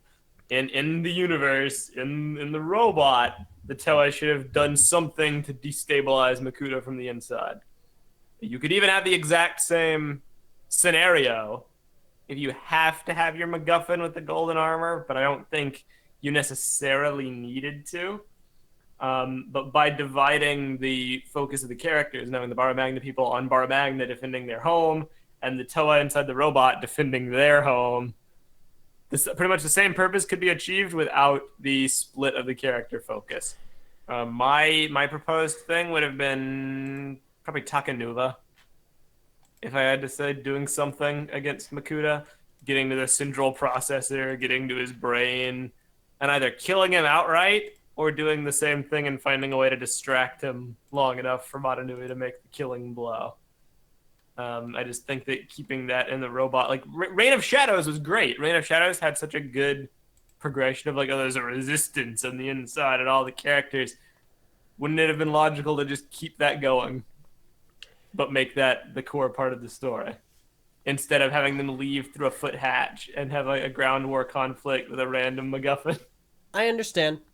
I understand this perspective, and to an extent, I think that it's a fair one. I also agree Takanuva probably should have had more of a focus. I think Takanuva should have had the golden armor and been the one to take out the Rakshi, personally. I don't think it should have been Tahu. There are two issues where I feel like this is a fairly fallible ending. The one you've proposed. The first is travel time. Let's be honest, the Matorn universe is oversized. It's just so immensely large. And even still, it would have had to have been big if it wasn't as big as it was. So how are you going to get up to Makuta's face when you're like in his legs or in his torso in a reasonable amount of time? I mean, they in 2008 they were in Metro Nui. You know, all it would have taken is to change up the venue from Reign of Shadows and like where they went. Just have them stay in that general sector. That's fair. The other issue is that Makuta controls everything on the inside. He snaps his finger in a Thanos-esque way, and just people just drop dead. That's it. Like, he controls everything in the Matorn universe. And he even acknowledged, listen, second I don't want you guys to breathe, you're done. Yeah, I mean, like, then you get into the question of why wouldn't he just kill everybody? And I think that's true, even to the ending. Like, that's still a question I have in the ending. No, there's an answer for that. It's because he needs it. He needs people to make sure the robot functions. Because all of the inhabitants make it so that the Matorn universe functions on a simplistic, standard level. So he does need them alive to make... Huh? Kill the Toa, keep the Matorn alive. Well, they still need Toa. Why? The Toa are quite literally the white blood cells of the Matorn universe. They protect the Matorn. What do they do? Just have Rakshi do it. He doesn't need Toa. He just needs an attack force, a protector force. He can make his own that isn't trying to kill him. A far less effective force. While there's merit to that, let's be honest, Rakshi aren't Toa. They don't get the same result. I know. I see what you're getting at. I don't think that would work in practice. Plus, Makuta could just like create his own Toa. Like Akumu was going to be a Shadow Toa. at some point, you know. Presumably, yes. Just do that. That's fair, Have, but like, that's, recruited Toa Legion. that's basically that. That, and he kind of wanted to taunt, everyone. It's like, neener, neener, neener. I'm the winner. So, Pretty there's much that's my, like, that's pretty much the only thing I'd say. Yes, that would be a problem if the Toa were trying to, like, take out his brain. But at the same time, he could have, like, noticed that Tahu and Takanua were about to leave the robot and just, like, kill him on the spot. No, I agree. It's It's certainly still possible. It all basically comes down to Makuta ended up being built up as this incredible villain that has these plans upon plans, schemes within schemes. He's this incredibly conniving, manipulative, intelligent force of evil. His one downfall is his hubris. And that is usually what does him in the end, in almost every single scenario. He thinks he can take on the Tomat in 2001, he can't. He thinks he can take on Takanuva in 2003, he can't. He thinks he can take on Vakama in 2004, he can't. He thinks he can do it again in 2005 in Time Trap, he can't. He thinks that he can use the Paraka as pawns to beat the Tonuva and beat the Anika. He can't. But he ends up eventually winning in the end because, yes, he is that smart, he is that intelligent. He knows what to do, where to go, where to be, how to get there. The issue is he always falls due to his hubris. And that's exactly what happens in the end. He thinks it's going to be an easy defeat for Matanui. He's just going to beat him easily. But ends up being his own undoing. And that's why I actually enjoy how he goes out. That's why I do like that portion of the ending. This isn't really something that you can objectively say, at least to me, it's not something you can objectively say, oh yeah, that's the worst part. It's complete personality. It's a subjective thing. It's personal. I think it's good. You don't think it's good. I don't think that we're ever going to find a point where it's like, yeah, no, we can objectively agree this is perfect. You know?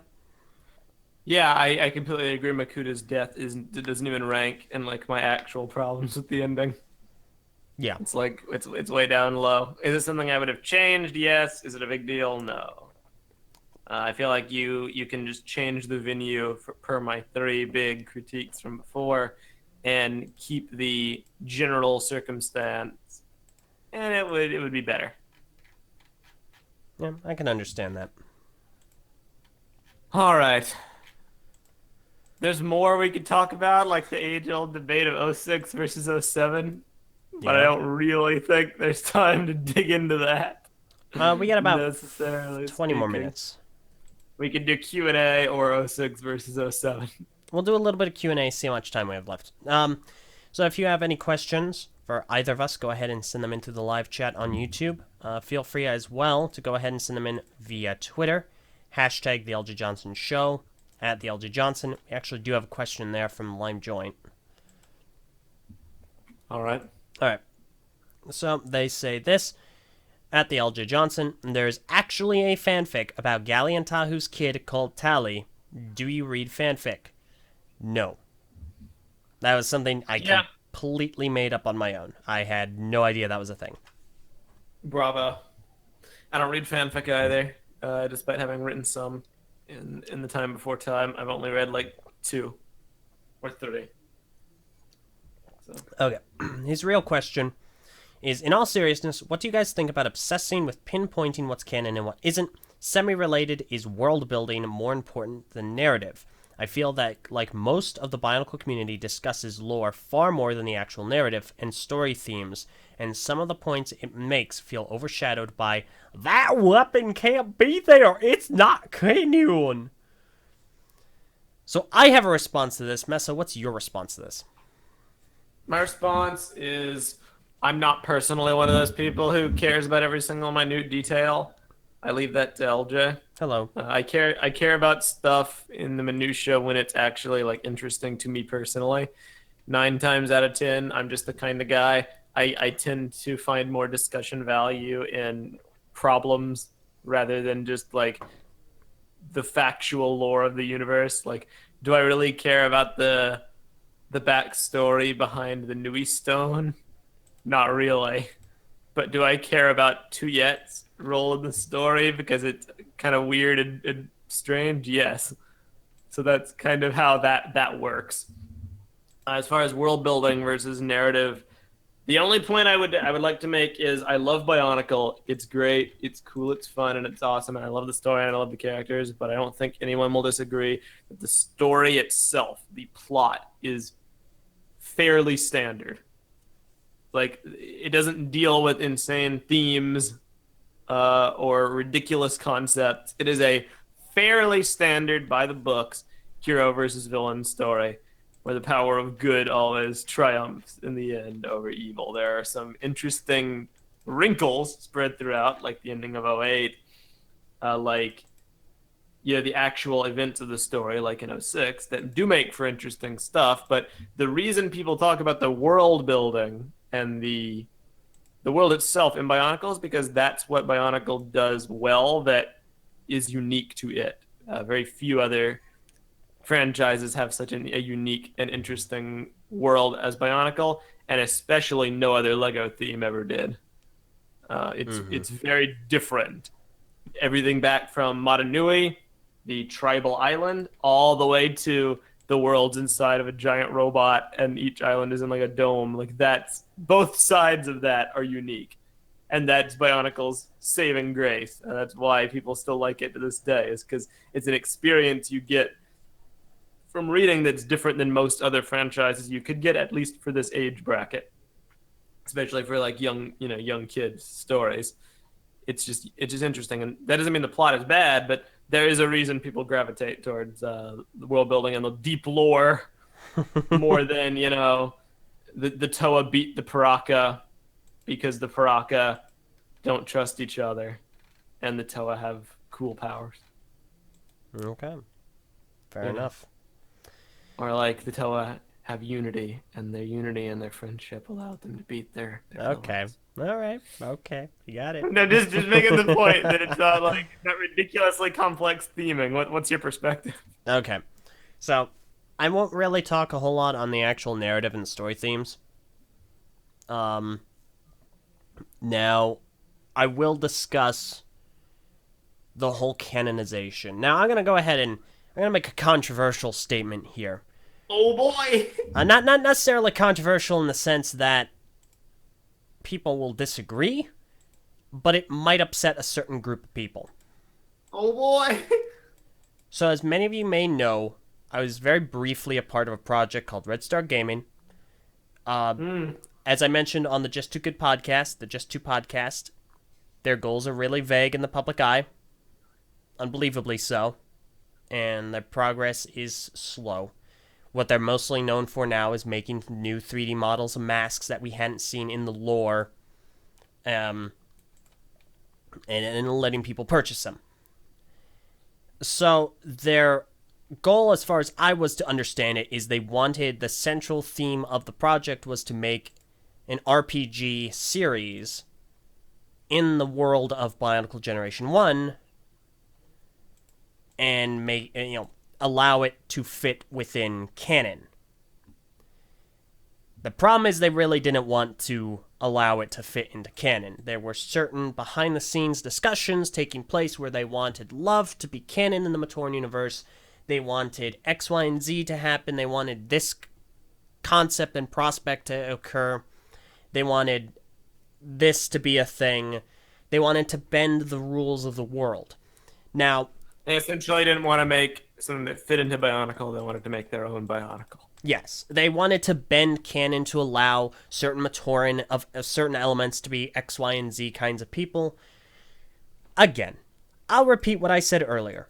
I don't care what you want to do with your interpretations of the Bionicle story. It doesn't matter to me. I wasn't involved in the creation of the Bionicle story. I couldn't care less. If you want to make a Bionicle story where there's a Matoran of love that becomes a Toa of love that has pink and purple armor and goes around spreading love and cheer and joy to all of the inhabitants of the Matorn universe, go for it! That does not affect me at all. I don't care. Be my guest, please. The point at which I believe obsessing, I have air quotes up right now, over what is canon and what isn't, is when it comes to discussions about Bionicle and the story we were given and presented with. And when it comes to wanting to make a project with the expressed goal of making it fit in canon. This is a thing. This is another question I want to get to very briefly. As we get going forward with more questions, which are a lot of. Bionicle was special to Lego in a sense that fans could contribute to the story, canonicity. So making stories canon was a big deal. Getting to leave your mark on the Bionicle franchise as a whole was a big deal in the community when they realized, hey, this is an avenue we can take. We can go this path. And so when you make a story that tries to fit in the canon, that's where canon conversation really comes into play. Because at that point, you are trying to abide by a world's rules. You are doing your best to play within the rules and the world of Bionicle, so long as you want to make it make it actually fit within the canon story. So at that point, you have to go by those rules so that it all works out. You cannot cherry pick. You cannot decide what is and is not a part of that world thereby. It's like if you tried to make a pot of soup and we're like, you know what? Today, I'm not feeling like liquid soup. I want to make dry soup. Yeah, exactly. I want to reinvent the wheel and make dry soup. Yeah. And I'm going to do it. It's going to be great. So, at that point, if you want to do whatever you want with the Bionicle story in the Bionicle world, do it. Do whatever you enjoy doing. Don't listen to anyone else. If it's non-canon, great. It's non-canon. It doesn't matter. It's canon to you. That's all anyone should care about. However, when you expressly say, like RSG has, that your story is meant to fit perfectly into canon, and then you have characters in the Matorn universe falling in love with each other, having, they never really wanted to have familial ties, as in like kids, so fair enough. But when you have characters in the Matorn universe falling in love with each other, or acknowledging that that's a thing in the Matorn universe, or, yes, this is going to sound unbelievably controversial, having male Matorn of water, you're no longer playing by the world's rules, you're playing by yours. I don't care, just acknowledge it. But that's where I feel that these conversations do come into play, because if you want to talk about Bionicle as how it was, you have to talk about what it is. You have to talk about what's canon. If you want to talk about what you would have preferred, go all out. Plot twist, RSG stands for the real story isn't good. Oh my gosh. I mean, yes, that is a popular opinion there. They very much so. I would argue that a lot of their members spearheaded this whole Greg sucks, Faber's great thing. And it's frustrating. But no disrespect to them. I don't mean to call them out necessarily. I don't think they're bad people. I wish them the best of luck. That's just it's relevant. Yeah, it's a relevant point for me to make. So, okay, how do you feel about that message? You feel that's fair? Yeah, I agree. Awesome. Okay, next question. Mr. 55 Protections asks on Twitter, what is your favorite Bionicle cereal? Meso, do you have one? Don't really have one. Reign of Shadows was cool. For reasons already mentioned. I like that. Okay, fair enough. Samad's Tale was neat. Introduced new villains. Yeah, Samad's Tale was good. I might have to go with Destiny War. I really liked Destiny War. Me too. We've stepped into a war with the Cabal. Okay. On Mars. Making me like it a little less. Okay. Let me see. Real quick, there's a brief question here. Evershadow 7? Wasn't there a male Gamatoran in Legend Reborn? No. There wasn't. You're thinking of Barracks. He was an Agori. Agori don't abide by it. It's far more complex than is worth discussing right now. Warrior Indeed. Studios asks on Twitter, what is your fondest Bionicle memory? Probably... Well, I mean, it's going to be hard to beat being there for, like, the G2 launch party.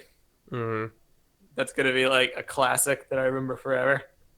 As far as G1 is concerned, probably not being a person into the meta and not being a person who was into leaks and knowing what was coming. Just being a kid who one day got walked into Walmart and went to the toy section and saw the toy Anika for the first time and just losing his mind because I remembered all those characters and they were Toa now. Yeah. That's a classic moment. Unfortunately, I'm going to be a little bit of a cop-out here.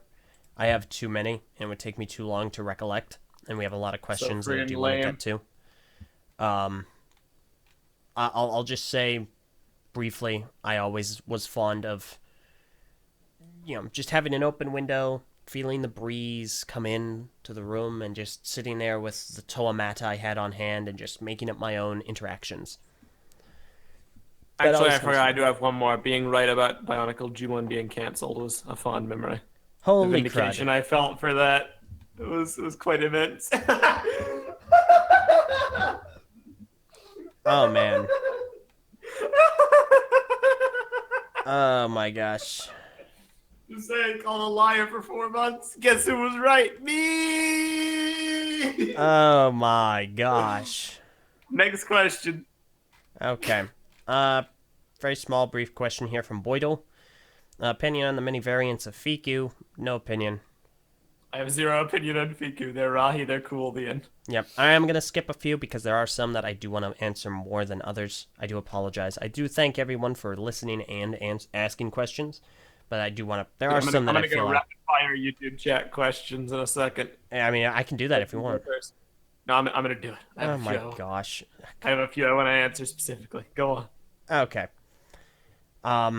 Let me see. The Lego Brony asks, do you think that Borock and Visorak were made so they can be made as an army, like the Star Wars army building sets? Yeah, they were clone sets. Yeah. I think that's a fairly good answer to have because they released them in groups of 6. Yeah, no, absolutely. Also, I can probably go up to 230, so we don't really need to rush. Okay, well, that's fair. This is the question I really wanted to get to from Matt Kaza. What do you think of the fanon lore made canon from Ask Greg type threads and their effects on the story? This is a wonderful question. How can we have 2 hours without discussing this? Oh my god. Thank you, questioner. That was so good. I almost forgot to discuss that, and that's a big deal. This is a highly contested, and it's come into circulation again. This is a highly contested point of conversation. It's worth worth kind of explaining, giving a little bit of backstory. I did a little bit earlier. Starting in 2003, Greg Farshty, one of the writers, the writer for Bionicle and one of the members of the story team, came to BZ Power to kind of quell some rumors that Bionicle was ending in 2003. It was not, so he went on to BZ Power, which was the largest Bionicle fan website at the time, to explain, hey, no, that's not a thing. Well, then he started getting inundated with questions, and it basically opened up a new way to interact directly with fans of the Bionicle series. This, in turn, evolved into contests and ways for Bionicle fans to contribute heavily and substantially to the Bionicle story with fan-made serials, fan-made stories, fan-made mocks that ended up being in the story. Like a lot of the Dark Hunters are fan-made through an official Lego contest. It allowed Bionicle fans to contribute heavily, and like I said earlier, it became a way for Bionicle fans to leave their mark on the franchise. Like you'll hear certain people will have made something, and it's like, well, I contributed to Bionicle. There was a person in the TTV community by the name of Artaka who made Tobduck, who is an Order of Matanui member. He made the mock for that. So, as an example. So, Mesa, go ahead and elaborate what you think on this. I mean, I think you might have more interesting opinions than me, or maybe not. I don't know. I don't actually care about this specifically. I care about kind of a ripple effect of this.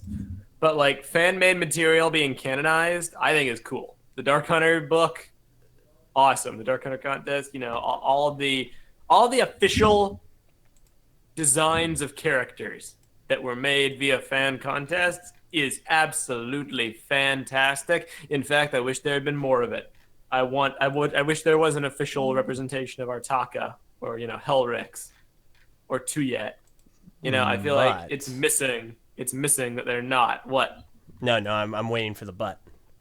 No, there's no but. I'm keeping going. In fact, I like almost every instance of big canonization that has been done, including Perditus, which I know you don't like. I actually do like. I'm a little ambivalent toward that. I think it was a cool addition because it gave a role to a character that prior had none. But the problem I have kind of comes from, it's difficult to put into words. I think the Bionicle fandom has become a little obsessed with the notion in recent years, pretty much ever since it was canceled. And I don't blame them, because a lesser known fact is that, well, maybe not lesser known, but when it was announced that Bionicle was canceled, Lego kind of placated us with a statement like, just because the sets are ending, that it's going to continue. Greg Farshti's going to continue writing the story serials on BionicleStory.com. So don't panic, Bionicle fans. Don't be sad. We're just, retiring the product line, but the story will continue. And then for whatever reason, that didn't happen. He did some of them, but he wasn't able to finish them. And has there ever been a definitive answer as to why that was, Eldred? Did he just get busy? So there are a few reasons for that. Okay. Firstly, he did get busy.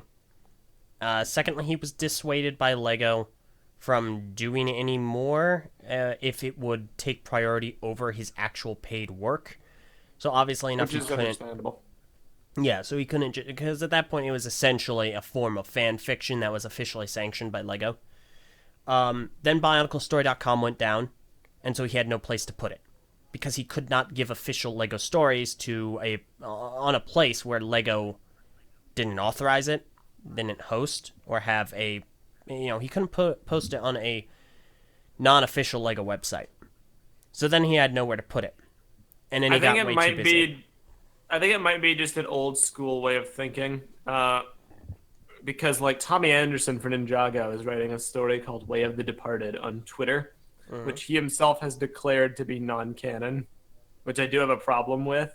But like, imagine if Greg just did that nowadays for Bionicle. He totally could.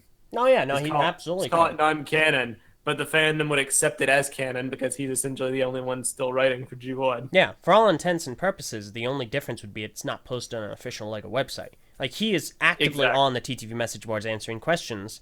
He could post it there, and he's we just would reluctant. Yeah. So the actual quote from Lego's press release was, although there presently are no plans for more sets, the Bionicle story is not ending. BionicleStory.com will remain an active site with new story content updated by longtime Bionicle writer Greg Farshti.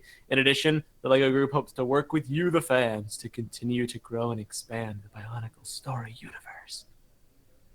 So I can kind of understand fans getting burned by those promises being very short-lived. It almost reads like Lego just kind of lied to everybody and said, well, we'll keep this up for a little bit, just until the outrage dies down, and then we'll pull the plug. Do I think there was malice behind it? No. I think they just cut Bionicle story because it didn't generate traffic, and it was a business decision, and they needed to put the website down to save money. And Greg obviously had work he was being paid to do. Of course, that would take precedence. That's just how it reads to the fans. So because of that, and because of their disappointment and outrage, the fans really went all in on the canonization thing at that point. Because, well, if the Bionicle theme is over and we're not getting any sets, and the Bionicle story is over and we're not getting any written story, then we need to utilize Greg's question answering capabilities, which he is still able to do, to get the story that way. And it became fine for certain things, like who is the great being, who he said there was going to be like a contest for. And he said it was Velika. Fair enough. That was all right. But then the crazy stuff you get into is when you need to know like the names for the Toa tools for this ancient group of Toa, or the names for everyone in the Toa, the elements for everyone in this Toa team. Stuff like that that really doesn't enrich the plot in any way. It's literally just like content for the wiki. Yeah. But the fans are desperate for it because it's the only way they can still interact with G1. If people accept the fact that either we know everything there is to know, or we know everything that we should know, and some mysteries should be left mysteries, then we essentially bid a final farewell to Bionicle G1. And there are people reluctant to do that. And I think Greg is reluctant to do that because he's still answering questions. If I was him, I would have stopped answering questions a long time ago. But he still does it because there's people who still want to know. And Greg is a good guy who wants to help. And he probably feels bad that he wasn't able to finish the story. So he stays. But the questions he's asked are like insanely derivative at this point. Yeah. Because most people know everything.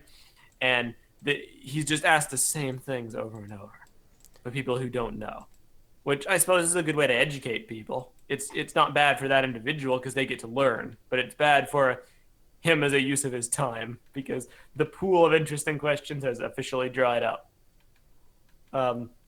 Because the Bionicle community, they milked it for all it was worth. Do I think that's bad? Good. I don't really have an opinion. I think that what happened can be traced back to Lego's press release, setting the tone for the post-Bionicle era. And I understand people's thought processes. That's all I'll say. Mm-hmm. What are your thoughts? I kind of sort of agree. I agree to an extent. My thing is, a lot of people blame either or. A lot of people blame Greg for answering these questions. A lot of people blame people for asking them. I can see that. I can see the blame on both sides. At the same time, I don't think it's necessarily a bad thing. I think it's fine to ask these questions. It's fine to get answers, to want to know more. If it were up to me, I would just ask Greg, hey, listen, can we work something out with Lego here? Can we get you to go ahead and put the Bionicle Generation 1 story to rest? And just leave it at that. And if he wants to continue asking questions, great. If not, nah. I agree.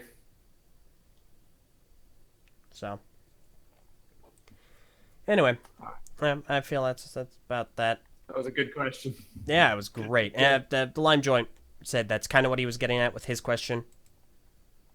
So there we go. That kind of retroactively answered it. Indeed. So let me see. Next one.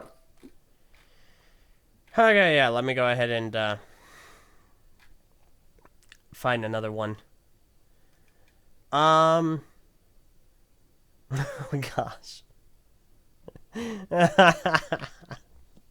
I want to have this question here because I think it's really funny.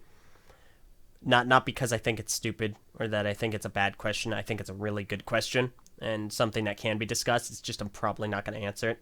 The Dinosaur Planet asks, what do you think about the relation to the communist dictatorships and the rule of Makuta under Duma? Is the stop of communism the underlying story of 2004?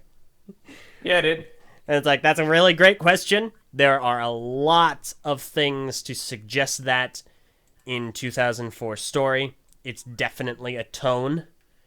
And very specifically with the Vaki, it's very political, and it's not something I'm going to get into right now. But it's a good question. It's a really good one. Yup. Let me see. Yeah, I'm going to answer just a few. I was about to say, yeah, go ahead with yours. You skipped a few. Is the Paraka rap canon? I know yes. I skipped a few. I said I was going to. I'm not. Is the Paraka rap canon? Yes, it is the only canon that matters. Nope. Meso, what kind of music do you like? Pretty much anything. I'm very open when it comes to my music tastes. A few standout bands I like. I like Coheed and Cambria. I like Linkin Park. I like Panic at the Disco, Fall Out Boy. Mostly anything. I pretty much like, except hardcore death metal. And like, yeah, I mean, even some of that I'm fine with. I don't like lazy rap, by which I mean, so I'm just gonna talk like this to the music and not have any vocal inflection when I speak, and I make a bunch of rhyme and I do it. Okay, no. All right, enough. No. There's only so much of that I could tolerate. You have to understand, I despise rap. I think rap is garbage. Oh, come on, man. Personally, if there's a song with a good beat, I'm going, oh man, this is good, this is catchy, and all of a sudden, hey, yo, ruined. I think rap can be done very, very well when there's a point to it, and it's not just the lazy kind of like reading words off a script. I can't stand any rap. I don't like rap at all. I pray to Paraka rap every night. My favorite non-major goodness. character for both of you. I like Prutaka and Vezon. I feel they were interesting, like complex people. Not so much Vezon. He was just like comedic relief, the Joker, basically. But Prutaka was interesting, and his progression was interesting. Yeah, no, I'll agree. Yeah, I don't really have anything. I have not given that a whole lot of thought. Yeah. Did you guys talk about middle legs that can be used for Matoran minifigures? Yeah, we did another podcast. But it's hype, dude. Yeah, no, Get hype. we did over on the Brickfeed podcast, I believe. Shortish legs. Yeah, shortish legs. There are certain people that can stuff it. Yeah. To LJ, do you think that Bionicle got canceled because of the overuse of the Anika build on top of the oversaturated story? Okay. I don't. What do you think? This is actually something I wanted to bring up. No, and I also find the claim that the Anika build was overused appalling. I don't know if Appalling? Yes. I find it utterly appalling. I mean, it was technically overused. No, it wasn't. It was the primary build for like. It was overused in comparison to the first 5 years, which had a different torso piece every year. I think that's a good thing. See, I don't think... I don't... Okay, so the Anika... There's a difference between the Anika build and the Anika platform. And that's a... Yes. This is a distinction that I feel needs to be clarified. So the Anika build is a build identical to that of the Anika. The Anika platform are the pieces utilized and debuted with the Anika build. Does that make sense? So, Sure. for instance, an Anika build would be someone like a car. A car is identical to an Anika. An Anika platform would be someone like Strack. He uses the Anika build pieces, looks nothing like an Anika build. Get up, Strack! I immediately hate using those characters for my examples. So, I don't personally believe that the Anika build was overused. I think that it was used adequately. I think because it was used for the Anika, and then modifications of it were used in the Mari and the Baraki, and then modifications to it were used with the Toa Fentoka and the Toa Mystica. Not as much there. Now there they are a little bit more standard. Of course, there's also the Paraka build and platform too. And those are a little more played straight. However, in 2009, completely switched up. It's being used in very different ways, alternate ways. The Skrull, Strack, the Vorox. It's varied heavily, and modifications and additions are added onto it to set them apart, like with Gresh. Kina has a completely custom torso, for instance. I don't think that building system had anything to do with Bionicle being canceled. I think it was used perfectly fine. I think it was utilized in a perfectly appropriate manner. I don't think that it was oversaturated, personally. Fair enough. Nether Evapiro says Meso make an HF joke to LJ. Alright, LJ, invasion from below. No, I'll do you one better. Invasion from Below was the best of the TV specials. Alright, Tesla Effect, do you think CCBS will live on in some future theme, or will it be scrapped for the most part, apart from a few pieces? I honestly don't know. I think they'd be reluctant to scrap the entire building system after how much money they sunk into it. At the same time, I'm not optimistic about a new full-scale construction theme. I don't know about a full-scale construction theme. I think it will live on to an extent, and I don't think that they would scrap it, because it's basically the Lego brick in construction form. It's off the exact same principles. It's a blank canvas that you can add a ton of things onto and utilize in new and creative ways in a bunch of different ways. True enough. My throat's getting parched. I'm going to go ahead and grab a glass of water. Go ahead and just host things for a little bit, okay? All right, cool. Cool. There you go. Have fun. All right, hello everybody. Welcome to the Mesonak Show. Oh my gosh. Bidblue says, "What do you guys think about an idea that Maku and Huki were incidentally made different from the other Matoran?" I think that's interesting, but there's zero basis for it to my knowledge. I've never seen any evidence for that or to suggest that. I think that's just a way to explain away the romance thing, and it's a decent way, but without any official evidence, like it's not going to be able to overcome the declaration that that is non-canon anyway. So it's kind of pointless, but it's creative. I already answered. Fondest Bionicle memory, army building. Let's see. Are kids getting stupider because they're being treated as stupider? In turn, could this be a cause in the declining interest in Lego among the youth? Maybe. I definitely think there's merit to that. Kids react well to not being treated like fools. You know, kids like cool things that older kids like, but older kids do not like things that are scaled for younger kids, if that makes any sense. It works up, it doesn't work down. And that's how you get interest in kids for more mature themes or topics or subplots. You treat them as intelligent and capable of understanding it. Obviously, there's limits to that. There's age brackets and stuff. An 8-year-old isn't going to be able to grasp, sociopolitical concepts that 20-year-olds could. But I do think there's merit in treating your audience as intelligent. When is the mock spotlight coming back? The Lego Brony asks. Harass LJ about that. That's his thing. He said he'd bring it back. Hasn't done it. He's a freaking liar. Nice. She's been busy. Evershadow 7 says, "Will you be my Toa of love, LJ?" Well, again, make sure to harass him about that. Make sure to spam his private messages. No, I'm kidding. Don't do that. Spam his comments and say Meso sent you. Let's see. This isn't a question, but Tesla FX says Bionicle is special to Lego because it saved their company and they realized that they can make story-driven themes. Ninjago's better Bionicle. I pretty much agree. Bionicle it will always be special because of what it did. It was more a situational kind of thing. I don't think the success of Bionicle can be replicated. We've discussed that at length in the past. Welcome back. So I think that Bionicle's legacy will be paving the way for themes like Ninjago to come forward. And I think there is definitely merit to that belief. Hail Hydrate, guys. Does Ninjago ever have this issue like Bionicle projects ever had? Not really, because to my knowledge, there aren't many large-scale Ninjago projects. Yeah, basically. Scrolling down. A lot of questions. Unfortunately, opinions on small canonizations from LMB, such as Fiku Nui, Toamengai of the Green, etc. I mean, the smaller you go, the more inconsequential you go. So, is there really a need for them? That'd be my opinion. Yeah. What is the reason for only female water Matoran and Bionicle? Gender ratios. That is entirely a marketing issue. It's basically a matter of the demographic Bionicle was shooting for, which was young boys. And as such, that was their solution. Yeah. So, that's I love this basically it. By Matt Kurza. Gosh, the Toei and Anika teaser and reveal was so good. I agree with anything Meso has said, and Agents of S.H.I.E.L.D. is the best show.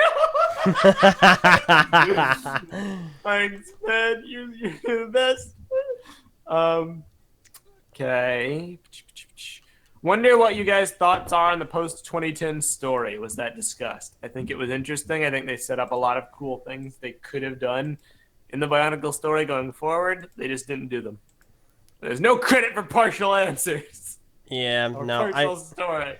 I think that it would have been incredibly interesting. I wanted to see where they went with that. Unfortunately, it's I don't know if it's ever going to get an official ending. I wish Greg would just tell us what ends up happening, but he writes from the seat of his pants, so it doesn't work. Pretty much. Do you like pizza with pineapple? Never had it. It is wonderful, and I am excited in a few weeks to introduce Kevin Hinkle to Pineapple on Pizza and show him a whole new world. Good. I have a question. Are the characters in canon the size of the toys or real people? They're larger. Yeah. I think the Toa are like 7 foot, right? Toa are 7 feet tall, roughly. All right. Someone please take Meso's rapping and remix it. Yes, please. Do not do that. I'll do like a whole song if you want. Oh no, the chat. It scrolled down. Yeah, there are a lot of questions. Oh no. Hold up. I need to scroll back up. I need to Meso. find. No, I will answer all these questions. I guarantee it. Meso. No. You, Eljay Johnsen, you once said that you support headcanon that rejects post-2010 story serials. Oh, yes. Okay. So, this is a good I one. support that 100%. Again, to clarify, I do support it. I do understand it. So if somebody says, because and I partially agree with it. My thought space is that Bionicle had an ending in G1. It ended when Tahu's on the beach going, "It is time for us to move on," yada yada. Like that final panel, the ending of the comic, the final chapter of Journey's End, and then the final panel from the Matanui Saga. That's the ending of Generation 1. There were spin-off continuations, but that is the end. There is a headcanon that suggests that that is the end and nothing else after is canon. I support people that think that. I support people with that headcanon. I think it makes tons of sense. Perfectly reasonable. That isn't my headcanon. Because again, I accept anything that is considered canon, and the story serials are. So that's basically where I stand there. Fair enough. Dylan Tam asks, would having the 2001 techno-Polynesian aesthetic, 2003 epic feel, and 2006 indie rock marketing and Bionicle simultaneously work? No.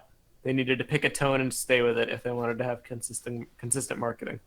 But they did not. It changed like on a whim. Yeah. Which is one of the things I mentioned earlier about genre. It extends to marketing. What's your opinion on the Bionicle playsets from 2005 to 2007? I think they were mostly bad, except for like 2 sets that were pretty good. Battle Metronui and Totalitarian Crawler. I don't know. I don't know if I have enough experience with them to really give an informed opinion. Maybe later. Fair enough. Let's see. Meso, what do you think of Agents of S.H.I.E.L.D. Season 5 compared to Season 4? Well, I'll be vague just to not spoil for people because you really should watch the show. I think Season 4... Well, Season 5 suffered from budget issues. I think that's really the problem. Yeah, it did. Season 5 did. Because they were stuck in the lighthouse pretty much the whole time and reused scenery. Season 4 had more stuff that they could do, but I think the story and I think the highs of Season 4 were higher than Season 5. The really good moments, particularly in the later half, were really good. However, the lower moments, like pretty much anything after the Ghost Rider arc, was not as good. And when I say anything after, I basically mean the middle section. The beginning and end were great. The middle section of Season 4 wasn't great. I think Season 5 was consistently good. I think it was very consistent, and it built towards probably the best season finale they ever did. So that's what I'll say. Fair enough. What are your thoughts on the Bionicle nods in recent Ninjago sets? I like them. Yeah, no, they're fantastic. I mean, that's a large portion of why I buy them. Yep. That or good guy? Good guy. Neither. One thing you would change / add to Bionicle set-wise or lore-wise or both, I'd fix the ending, as I said earlier. I'd make love canon. I would... Oh, the biggest thing? Keep the Toei Anika as the Anika. Do not have them change back to Mari, because the Mari are lame. Oof. They lost the thing that made them unique, which was their lightning. I don't think that's a hot take. I think most would agree with me on that. I won't do a show of hands because that would just spam the chat. But the Anika had their cool lightning aesthetic. The Mari did not. The Mari were geared for underwater, and you take them out of that element, and they lose their appeal. It's like if the Hero Factory characters stayed as Savage Planet heroes forever, even when the animal aesthetic wasn't appropriate anymore. Okay, so 2 things to kind of comment on your answer. One, don't know why you'd make love canon. They don't need it. But... because it could enrich the story. Right. Again, I've heard this argument before. It's not one I agree with. The other thing is, what lightning aesthetic Oh, and so aesthetic might be the wrong word, but their power set. Okay, fair enough. And I guess the aesthetic of their transparent parts. That was kind of their thing, and they lost basically all of that. You can't see me right now, but I got massive face. Was that not their cool thing? I guess Motoro and Jala, but their light up swords as well. Their glowing faces. Glowing that faces. Was kind of, Anika literally means energy of a star. I'm aware. That was their thing. They're glowing, and they lost literally 100% of that. I realize from a sword perspective, yes. 100%. From a set perspective, I mean, it's like, yeah. But, man, I gotcha. Okay. Let's see. I think season 1 of S.H.I.E.L.D. is better than season 4, says Walk. I think you're a garbage person. Holy crap. Jeez, that's a little bit of an overreaction. Nope. Would you and LJ be willing to record random games such as The Final Station? Probably not. We still need to record Metro Nui Online game. Which we still will, by the way. Yep. I have a long backlog of things I need to do. In deely. Fwef says Agents of S.H.I.E.L.D. is life, heart. You are a fantastic person. You can see where his allegiances lie. Praise-based Fwef. Oh my gosh. Would LJ and Meso ever want to do a playthrough of Bionicle Heroes? LJ? So... yes, there will be... Okay, I'll just say there's going to be a Let's Play Bionicle Heroes. It's just I'm not going to give any kind of a timeline. It's been in the works for a while now, and it's just been going through development heck. Yep. So, but it is something I want to do, and I will do. Ulti says, Greg, I won't tell you how the story ended, but I will confirm love isn't canon in alternate universes. Farshid. Oh yeah, that was a conversation that happened over on the TTV message boards. That's great. I think that's fine. I think I'm glad that he's taking a fairly solid stance to it. Lime Joint says, what do you guys think of the Unikitty show? Haven't seen it. Haven't seen it. Not the demographic. What about Ninjago's shifts in tone?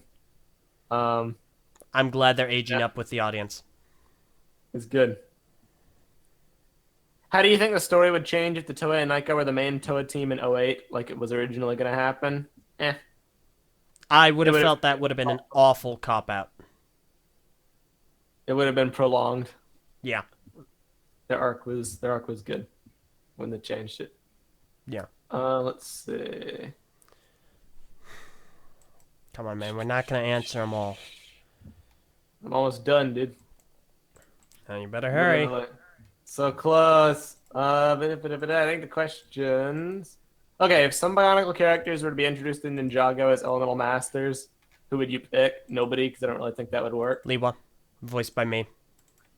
Oh my god. I'm just saying, guys. I'm not telling anyone to go and mention this to the Hegmans or Tommy Anderson that I should be the new elemental master of air. However, I am heavily implying it. Okay, also, name him Liwa. The Lime Joint Podcast, Meso and LJ, what do you guys think a Bionicle fan project needs to be successful? And I'm not even going to answer this. I'm gonna use Dark Nova 3529's answer. Finishing them. I got a very different answer. That's what I'll say. If you start something, the Bionicle community has such a reputation for not completing it. Completing your goal is a great way to prove that wrong. What's your answer?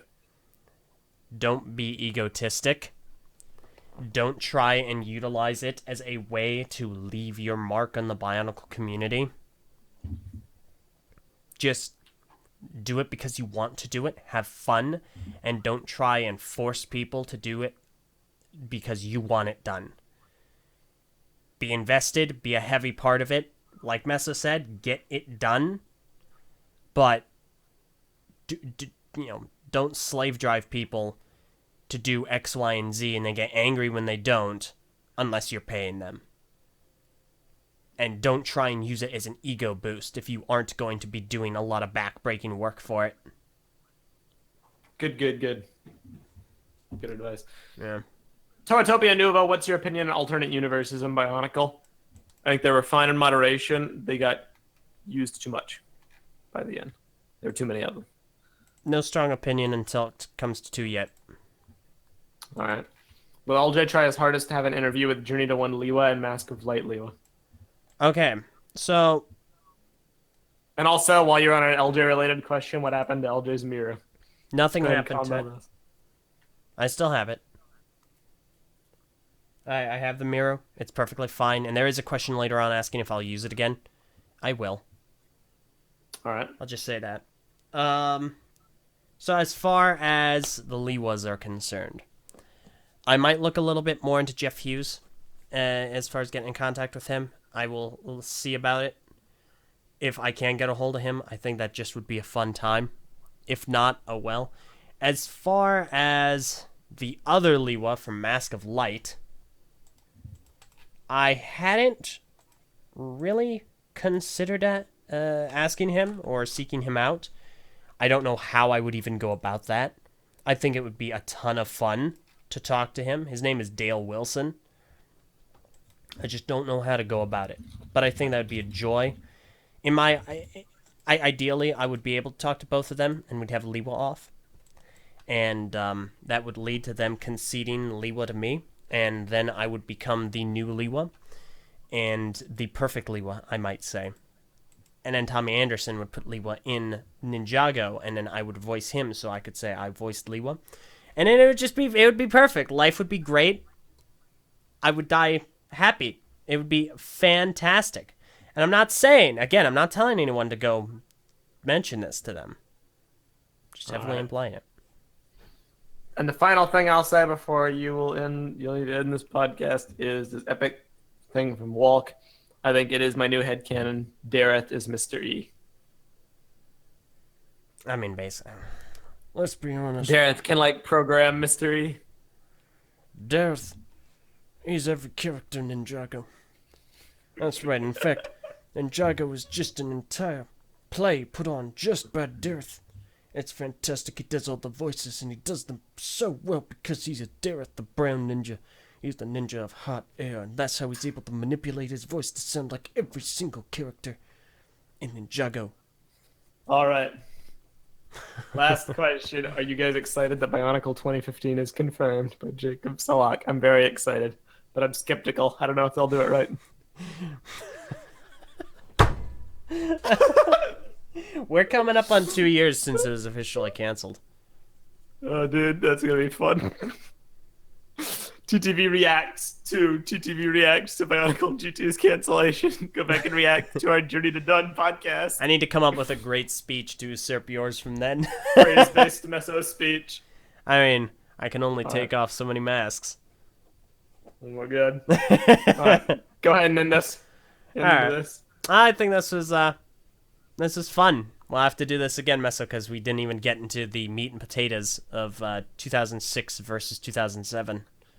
Every Shadow 7, can we please end the podcast with one of you telling another bad joke? Hey, LJ, guess what? Oh, here we go. Let me guess. Bionicle G2's ending? Bionicle G2, yeah! I told you, it's a joke every Bionicle fan can understand. That's why I used that at the beginning of my finale. Okay, no, I like this one. Metal Terravolt said, end the podcast on LJ's Liwa voice. All right, do it. Do you mean the Mask of Light Liwa voice, or just how I'm talking? Yeah. Because I feel that how I'm talking is basically Liwa, or how Liwa should be. My God, I think you mean the Mask of Light. Oh, great. I hate that voice so much. Dale Wilson, you're a great voice actor, but whoever asked you to do that voice, I need to have a sit-down conversation with them that's strongly worded. Okay. Win, fly, win, fly. When you walk with me, there'll be no foot walking, just air flying. Win fly, more like end fly. Thank you all so very much for listening to another episode of the Eljay Johnsen Show.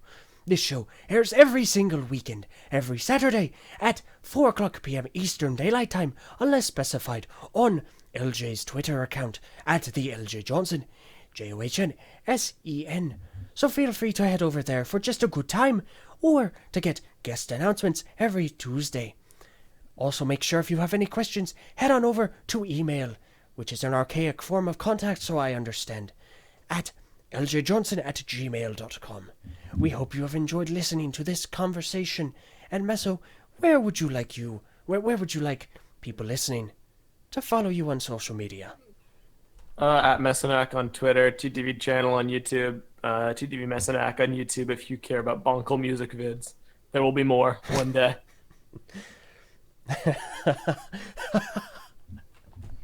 Indeed. Fair enough. That's it. Well, thank you all very much for listening. I'm LJ, and this has been the Eljay Johnsen Show. Oh my goodness, you did not just do that.